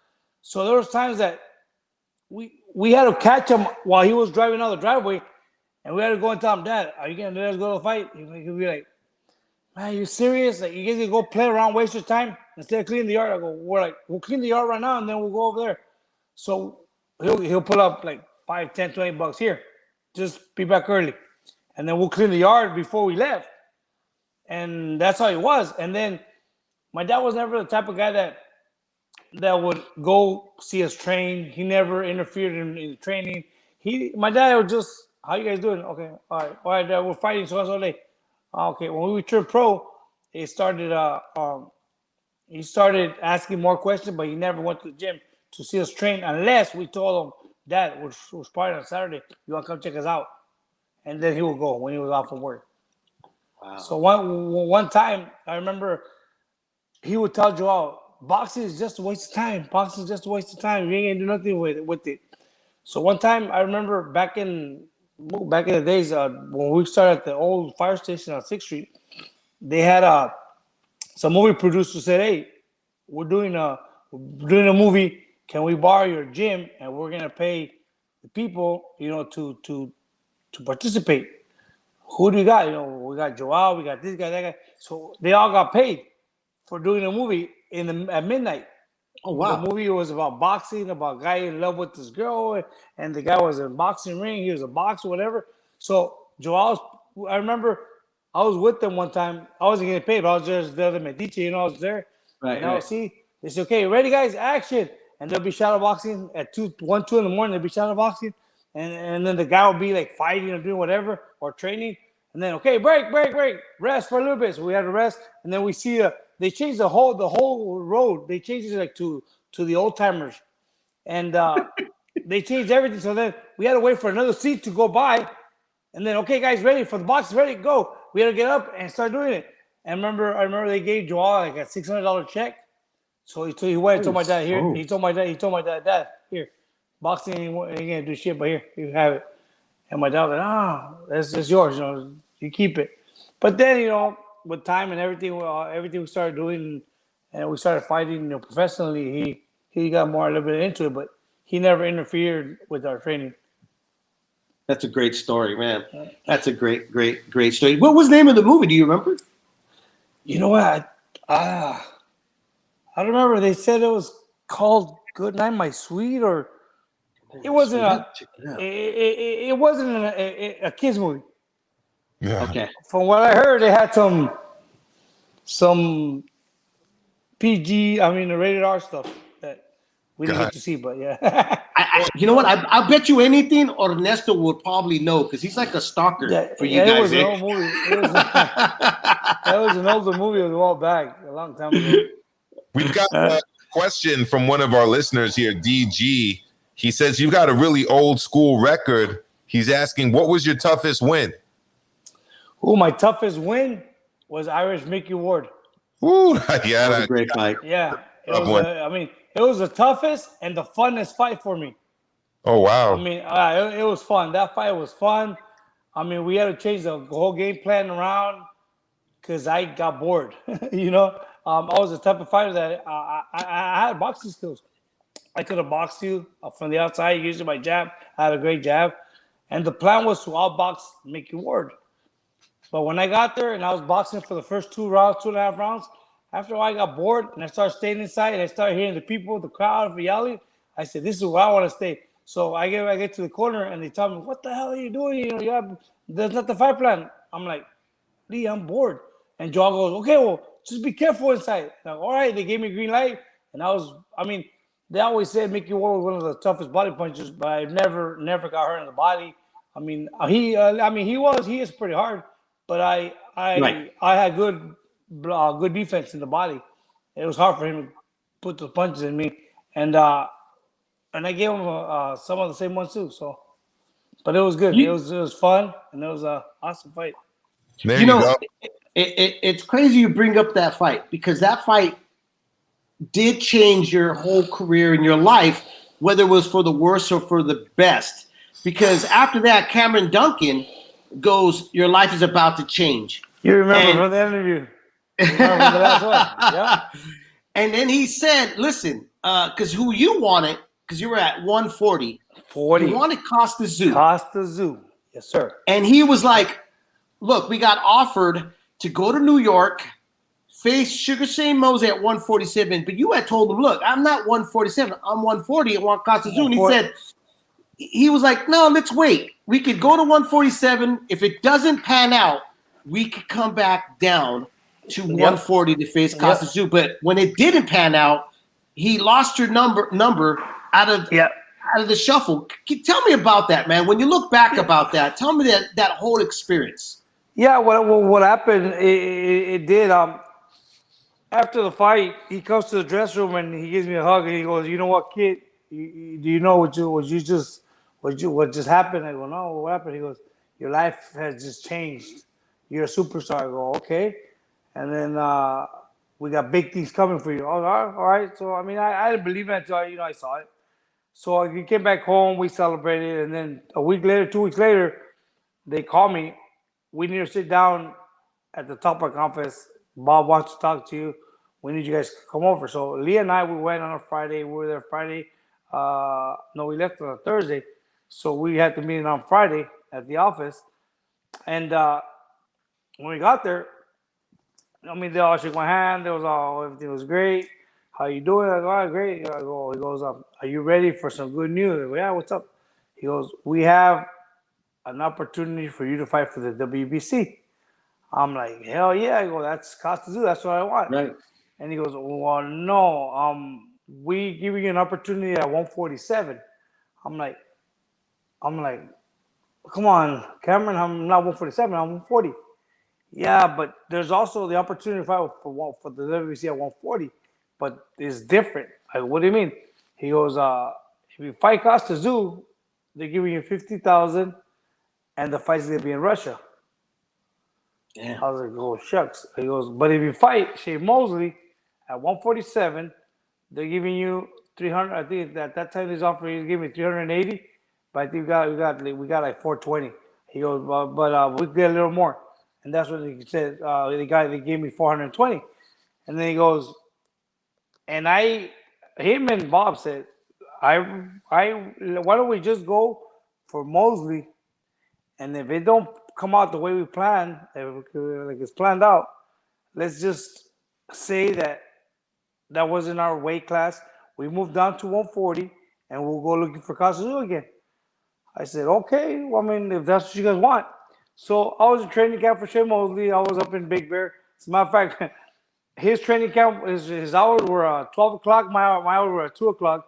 So every time I'll hit the gym, we would always see each other coming out. Him coming out, me going in. And I would go eat because in Big Bear, there's only a couple restaurants, Sizzlers and a couple of Mexican restaurants. And I would always see him at Sizzlers. Everywhere I went, I always saw Mosley. Like, man, I see him. I'm going to see him in the ring, and I see him here every day. So we were training, and then I think the week before we left, before we closed camp, they sent me a contract. Somebody from Topper went all the way over there. They gave me a contract. They said, oh, here's a contract.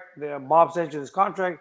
If you become the winner, your contract will extend another 4 years, 3 years with Top Rank, and your minimum for the first fight is going to be like $2 million. I was like, man, that's good contract. But I was like, man, and I trained hard for that fight. I really trained very hard.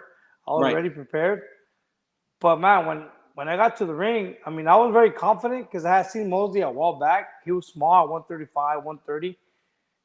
But when I saw him there at the weigh-ins, he looked small.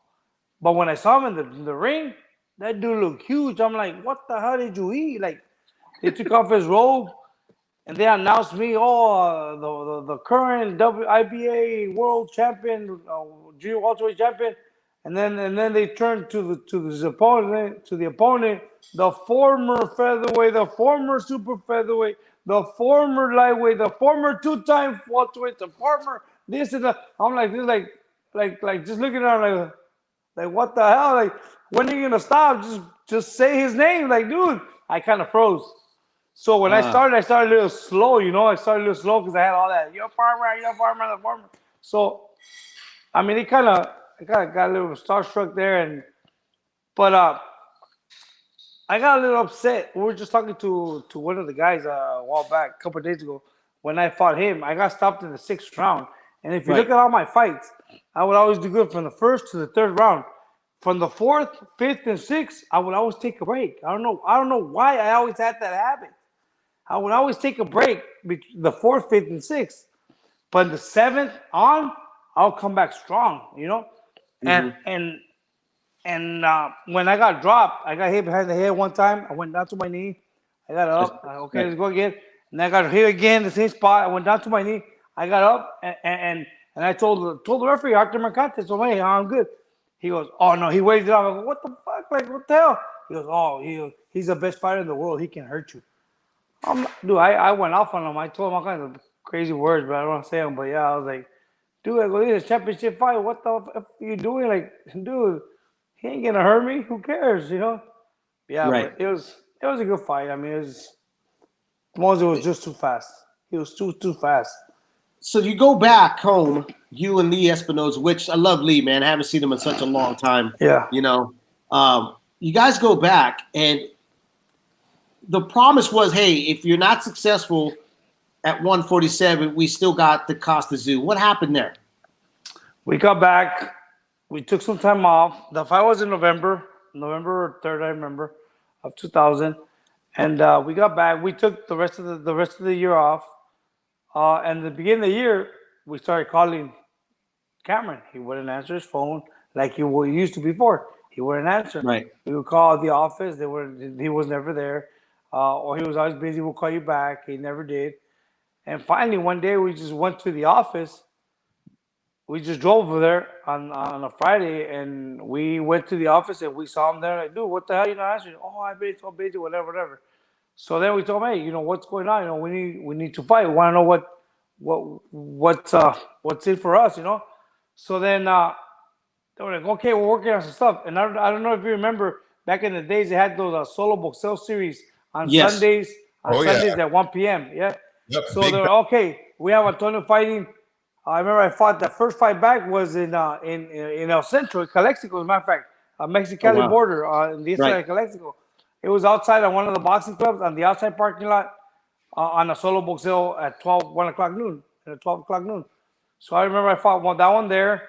Then my second one was the same solo boxeo in Wendover, Utah. That was the state line of Utah, Nevada, right in the middle of nowhere. I fought there on May. It was May 13th of 2001, and then 2001. Yes, and then I fought again after that one. I fought another one in Arizona, at Tempe, Arizona. I won the Rock and Rodeo at 12 noon, and then we asked, "Hey, is there any other fight?" So they gave me one at Fantasy Springs in October when I fought Orlando Hollis. I think it was an ESPN card. I stopped him like in the 7th round. So after that, we asked, hey, what's going on? We want a title fight. What's going on? Oh, no, right now the champions are tied up. There's this and that. So we asked, what's our next fight? Right now we don't have nothing yet. Maybe something towards the beginning of the year, but towards next year. We're like, dude, but what's going on? Okay, we'll let you know what's going on. So finally, I decided to get married in December of 2001 because there was nothing coming for me. So I got married, went on my honeymoon, came back. And when I come back from my honeymoon, they tell me, hey, you're fighting Antonio Margarito for the world title. When? No, in March 16th. Oh, like, fuck. Like, dude, you guys told me you guys have nothing towards the bigger fights were going to be like in the middle of the year. Oh, well, there's a Margarito. It's for the vacant WBO that Daniel Santos just vacated. And Santos moved up to fight Yoy Boy Campos for the WBO 154 pounder for 154 pound title, and he left the 147 pound vacant, the WBO. He goes, it's either that one or you don't want it. We're like, yeah, well, okay, I'll do it. So I was way overweight. I fight in October.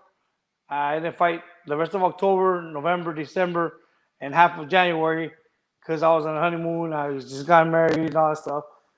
And sure enough, I took the fight, and I thought I was doing good, but plaster kicked in, and the rest was history. It's history. Plaster kicked in. What else, Dave? Well, the reason I was asking you about this story, Coach, is because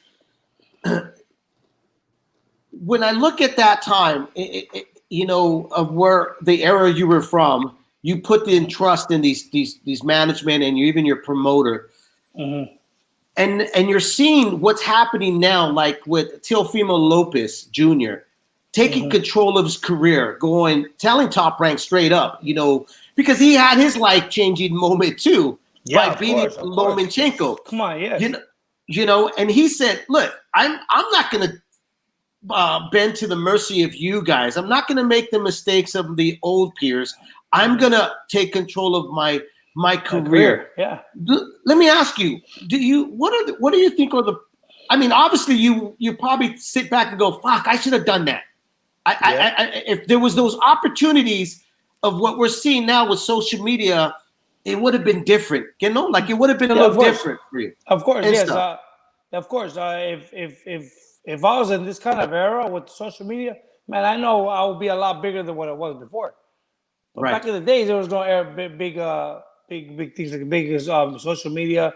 I mean, when I was close to my retirement, that's when MySpace started coming out, and I mean, it was nothing big. But now, other social media thing, the own fighters promoting themselves, and with Teofimo Lopez, I mean, he deserves to control his own career. He deserves to make his own decisions because he beat the best fighter in the world.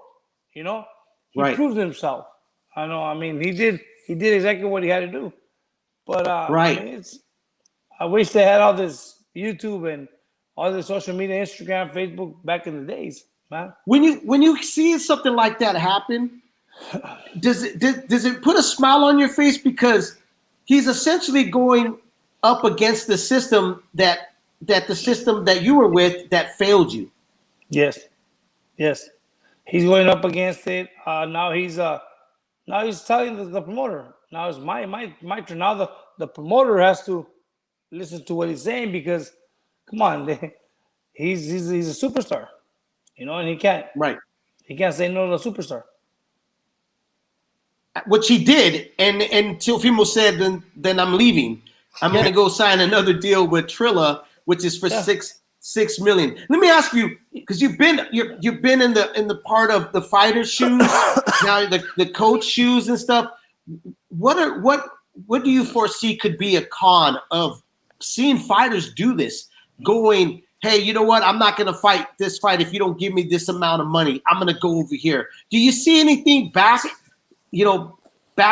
or anything like that? No, you know what? What I see right now that all these fighters, all these prospects, all these youngsters, they're more about the money than the fights. Back in the days, we used to go to Top Rock office and tell them we want fights. We never told them we want money. We want fights. We want to fight. Who? I want to fight the best. Number 1 fights number 2. Number 3 fights number 4. Number 4 fights number 5, and the winners fight. You know, the winners. Now these guys are, if you don't give me so much, I'm gonna go sign with somebody else. But there's also a mistake when they do that. I've known fighters personally that I've told them a while back, fighters that came out of the Olympics, that I told them, without mentioning any names, I told them, dude, when you sign with somebody, don't go by who's going to pay you the most signing bonus. Because at the end of the day, they're not going to give you fights. Go with the one that's going to keep you more active. Right. I go look at the promoter that has the most events during the year, that has the TV, and that has everything. I go, if somebody gives you a $500,000 bonus, you're gonna spend that money like this. I go, but if you get a promoter that tells you I'm gonna pay you, you're gonna have a minimum of 6 fights per year for so many years, and your minimum for 4 rounds is this much, the minimum for 6 rounds is this much, and the minimum for 8, 10, and 12, and you're guaranteed a world title within this period. Dude, like that's who you want to be. That's who you want to be with. I know fighters that they went and signed off. They signed with the promoter that gave them the most money, but they're sitting down. They're not busy. They're not active. They fight once a year, once every other year. Well, I was gonna ask you that, Antonio, in terms of your experience with Cameron Duncan and with your promoters and kind of what advice you'd pass on. But that's great advice, because I asked David this before. In fact, I just asked him the other day. Remember, David, I was asking you, why did Boo Boo Andrade, a guy who was an amateur world champion, Joe LaGuardia boxing, and that's probably it. He probably gave him a huge signing bonus, right? Yeah, and then exactly. What ends up happening is he's inactive for most of his career. For example, look at all these fighters that signed with Rock Nation. Rock Nation's a big money. They came out giving all this money to these people, to these fighters, and signing them, and they were all sitting down because they didn't have shows, they didn't have TV network, they didn't have nothing. You know, look at right now. I mean, Golden Boy. Before COVID, Golden Boy has everything. They have the zone. They had the ESPN. They had the Facebook Watch. Estrella TV. They had shows twice a month, 3 times a month. They were always asking us, "Do you have any fighter for this show? Do you have any fighter for this?" Because they're busy right now due to COVID. I mean, not just them, but everybody stopped. They're doing so many shows per month, whatever, because of COVID. But once this COVID thing's done, I mean, I know they're gonna get back on track and gain all these fights out there. There's promoters who have one show every 6 months, and they put 15, 16, 18 fights just to get their fighters fighting. And not all of them get on TV. Right. I think that's why I tell everybody, don't worry about the bonus. Don't worry about who's paying you the most money. I go on who's gonna give you the most fights, who's gonna give you the better amount per fight or per round, and that's how you're gonna make up the money. There's guys that made 500,000 signing bonus, and there's a guy over here that said, you know what, I'm gonna sign with those so the minimum per fight is so much, but they've been so busy that they already passed the 500,000. Look at Floyd Mayweather. Floyd Mayweather didn't want a signing bonus. He just wanted an opportunity. He got the opportunity. Now he's one of the best of the world. Look at Miguel Cotto. Yeah. Miguel Cotto never got a signing bonus to Top Rank. Ask Top Rank. They'll tell you. The Buff will tell you. We never gave Miguel Cotto a signing bonus. He just wanted the opportunity. We gave him the opportunity. He was a great fighter. He was put in every big pay-per-view events. And look at what he did. He made millions. Yeah. Yeah, that's so true. You know, I mean, even the guys that did get a signing bonus in the 90s didn't even see it. Like Oscar De La Hoya, he got what, twice? He got 2 times signing bonus. Didn't even see the money. No. You know? No. That's exactly. That's just, but look, he kept fighting. Now he's a super millionaire, man. He's huge. So the thing is, you're saying is activity is what's most important. Exactly. You need to be active. Yeah. You need to be active. You need when you're young. I'm gonna tell you something. When I turned pro, I was fighting once a month. If you look back on my box weight, I think in my box weight in '97, February of '97, I fought 4 times in 1 month. Wow. I knocked the guy out in the first round, second round, and then next week I had another fight. Then I had another fight. Leo Espinoza, he had me, moving pretty well. And then I remember I started knocking one guy out, knocking another guy out, and then I went decision, and then I lost my first fight, and then I came back, knockout, then decision. After my second loss, Leo Espinoza talks to me one day. He goes, "I need to talk to you." Calls me into his office and tells me, "I noticed you went from knocking out to decisions to a loss. Then you came back to knockout, and then more decisions, and a loss. I've been noticing that you've been leaving the gym earlier. I heard you have a girlfriend, and you're not 100%. I go, "Oh, I'm 100%. Bullshit, I wasn't. I was more into my girlfriend at that time. I was like 18, 19 years old. He goes, "I'm gonna tell you one thing." He goes, "I'm gonna tell you something right now. You don't have to answer me right now.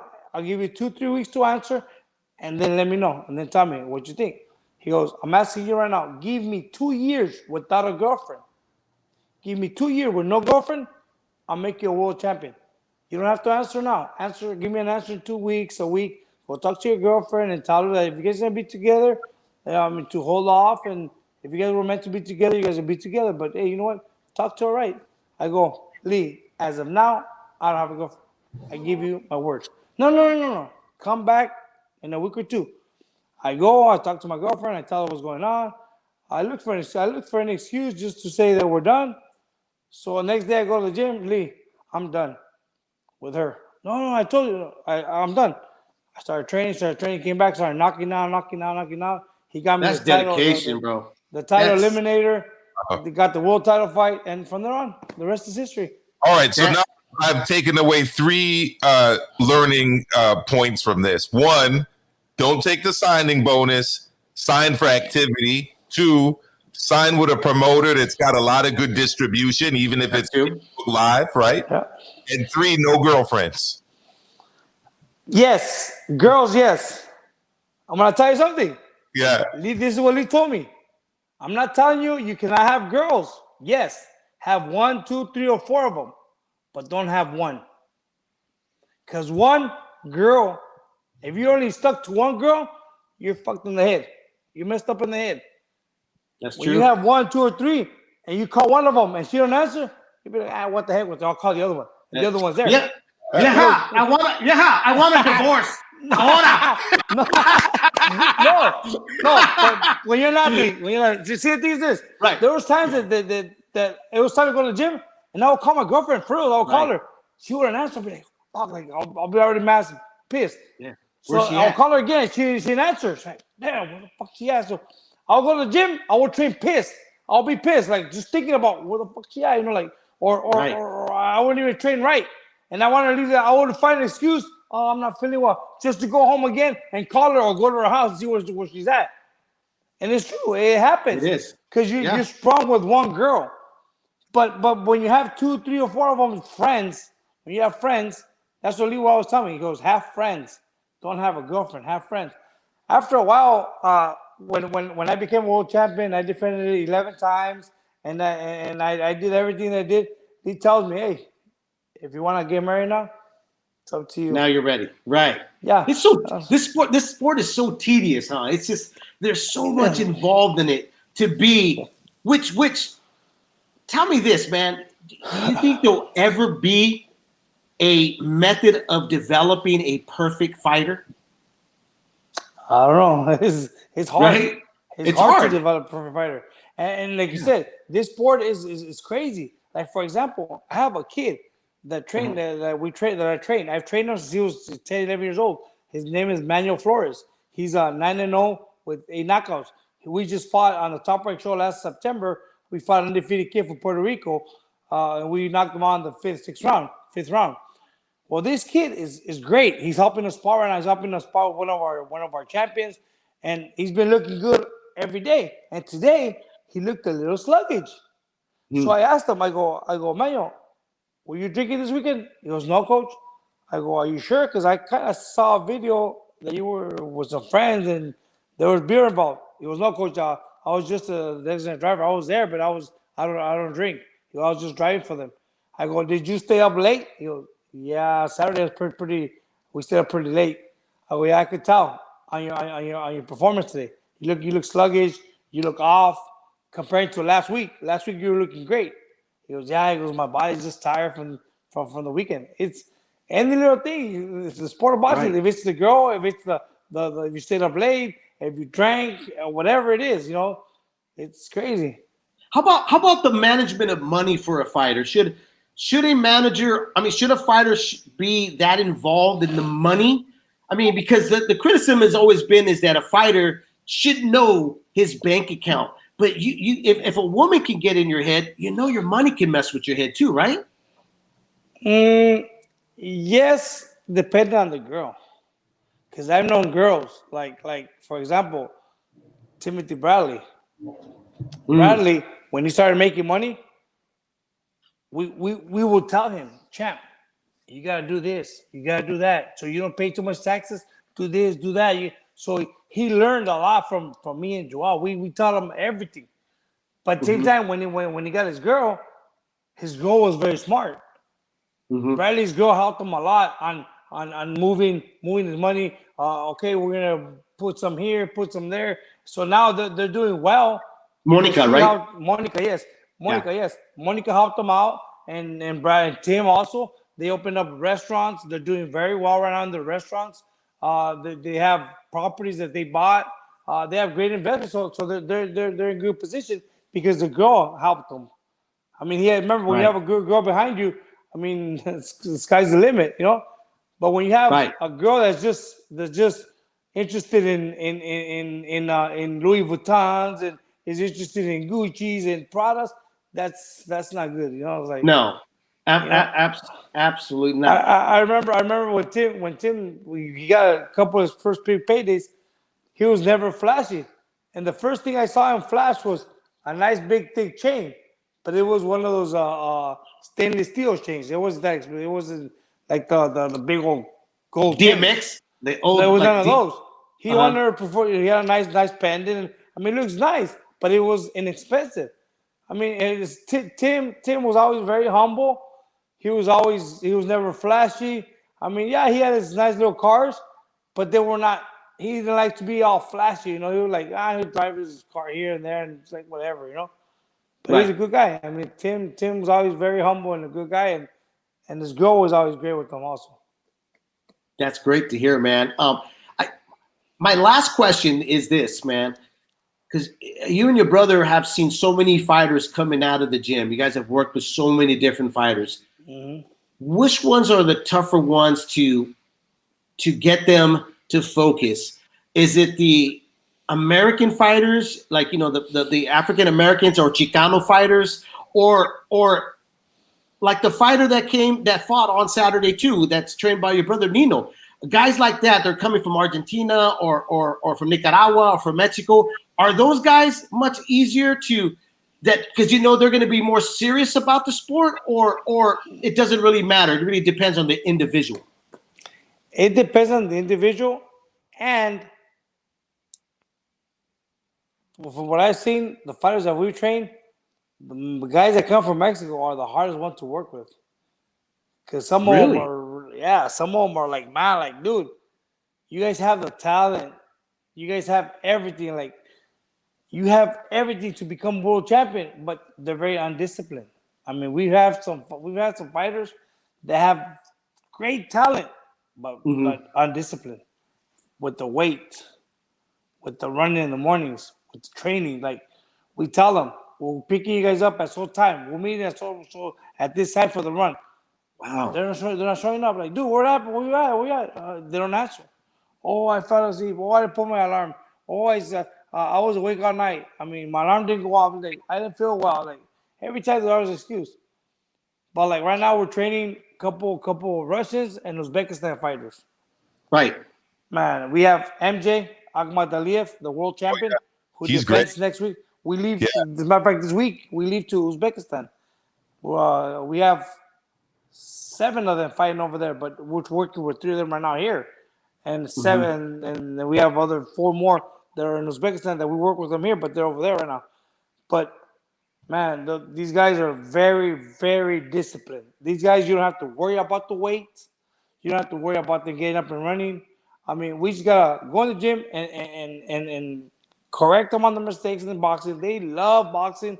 They have tons of skills, tons of experience, but they're very dedicated on what they want. They come here just to train, not to have a good time, not to go vacationing. No, they're here just to work. And their weight is always on point. We never stress with them for the weight. Man, that's great to hear. You know, the dynasty of the Diaz, man. I mean, it's just getting brighter and brighter. Amilcar, you got any last questions, bro?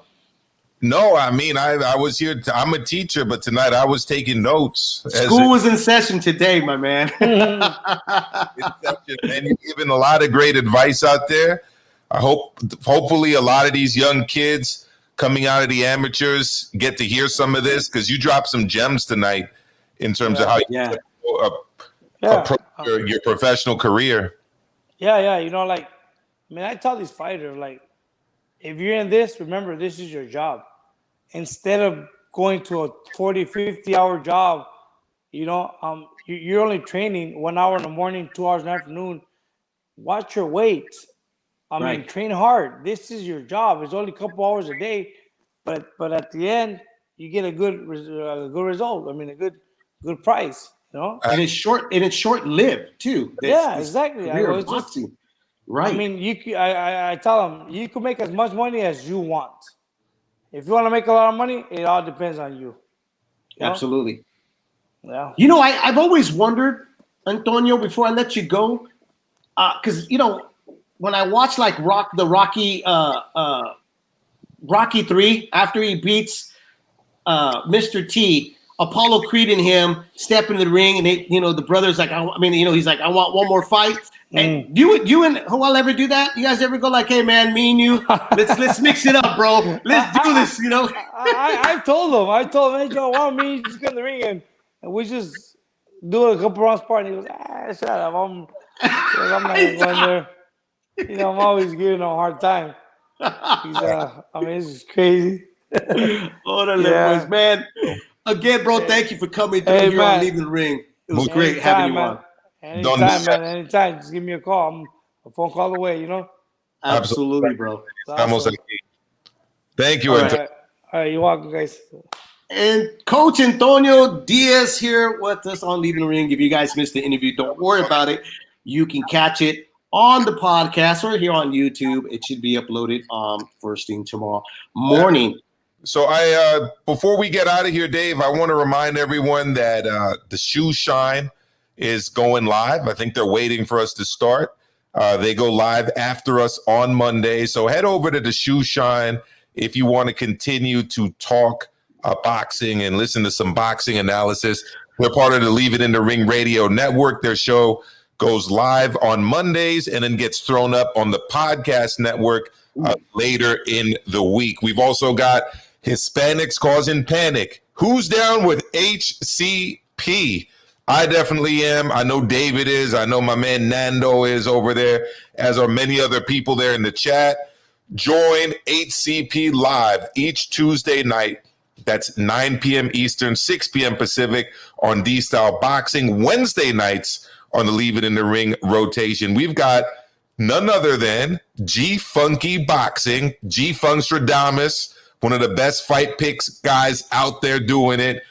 He hosts HCP Uncensored, and that's a free forum. You guys can always hit that link and join in on the convo live as you can here.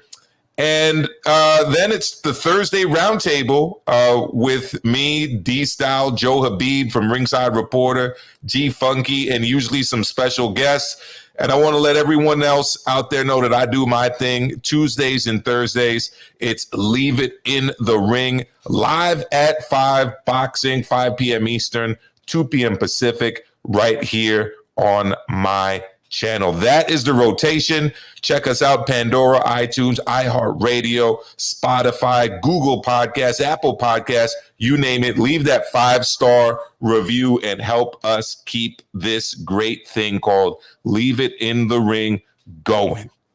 That's it right there. We had a lot to hand wrap here on Leave It in the Ring. We had Jose Benavides Jr. join us, talk a little bit about what's going on with his career. And then Antonio Diaz joined us here and put us in session, a school session here. Again, the reason I wanted him on, if you're wondering why I wanted Antonio Diaz, because it was for that very reason. I knew that he was going to come on here and really drop some gems and give you a more broader view of the business of this sport.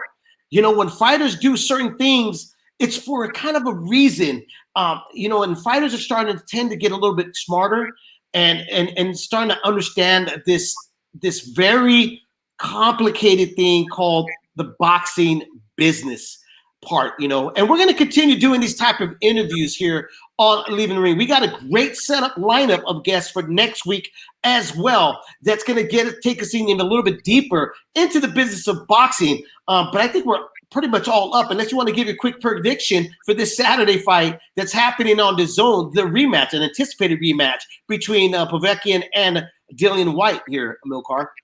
This is one of the tough ones for me because I want Povetkin to win, and I'll tell you why. I actually used to like Dillian Whyte. I was actually rooting for him in the AJ fight. But when a guy's in the hospital recovering from COVID, you don't say that the guy's faking an illness to get out of a fight. Like, come on, bro. Like, you guys are both warriors. You know the code. Like, Povetkin ain't afraid of nobody. No. I don't think anybody who's ever watched boxing thinks that Povetkin's afraid of anybody. I don't think he's ever showed he's afraid of anybody, to tell you the truth. COVID. Right. Like, how many fights have got canceled because of that? I mean, a bunch, Exactly. For him to go and say, oh, he's faking it, who gets COVID and then is able to fight so quickly? Well, last time I checked, didn't Luke Campbell get COVID and then just fight like a month later? I mean, it happens. And this was a lot longer than that. So, look, I hope Povetkin gets to work him on the inside, gets to hit him with an uppercut or a hook. I'm a little bit tired of Dillian Whyte's talking. I used to kind of find it amusing. I don't anymore. It's getting kind of old to me. And I would not mind seeing Povetkin win this fight when it's all said and done. However, I do think that if Dillian Whyte is in shape and uses his size and his length to just box at length, it's going to be a very difficult night for Povetkin. I agree. You know, I mean, it was a difficult night for Povetkin in the first fight. He was dropped, he was hurt, and he turned things around because he does carry power. I mean, it's a heavyweight fight. Things that always change with one big punch from a heavyweight. You know, it's a very interesting rematch. Let's just say that. It's the least, you know. I agree with you. I mean, look, I think even at a ill Dillian Whyte, he's still going to pose problems. How serious was he? I think he's pretty serious if you wanted the match to happen, you know, sooner than later. So this kind of falls on Povetkin. Can he give that same performance? Can he get back up if he does get hurt again? There's a lot of ifs in this fight because can he land that big punch to turn things around if he is falling behind on the cards against Dillian Whyte? A lot of ifs. Is Dillian Whyte old overnight? Yeah. Did that punch take out what was left, you know, in Dillian Whyte, or has it harvest enough for him to regroup himself and come back and then fight even harder and do what Lennox Lewis did to Rockman, you know, erase the knockout he had against Povetkin? A lot of ifs in this fight. I think it's a great fight. I think a lot of people here are in agreement. I'll probably do a live, guys. Andre Nando's London Left Hook. I'll leave the link out there on Saturday. Hopefully you guys can join in.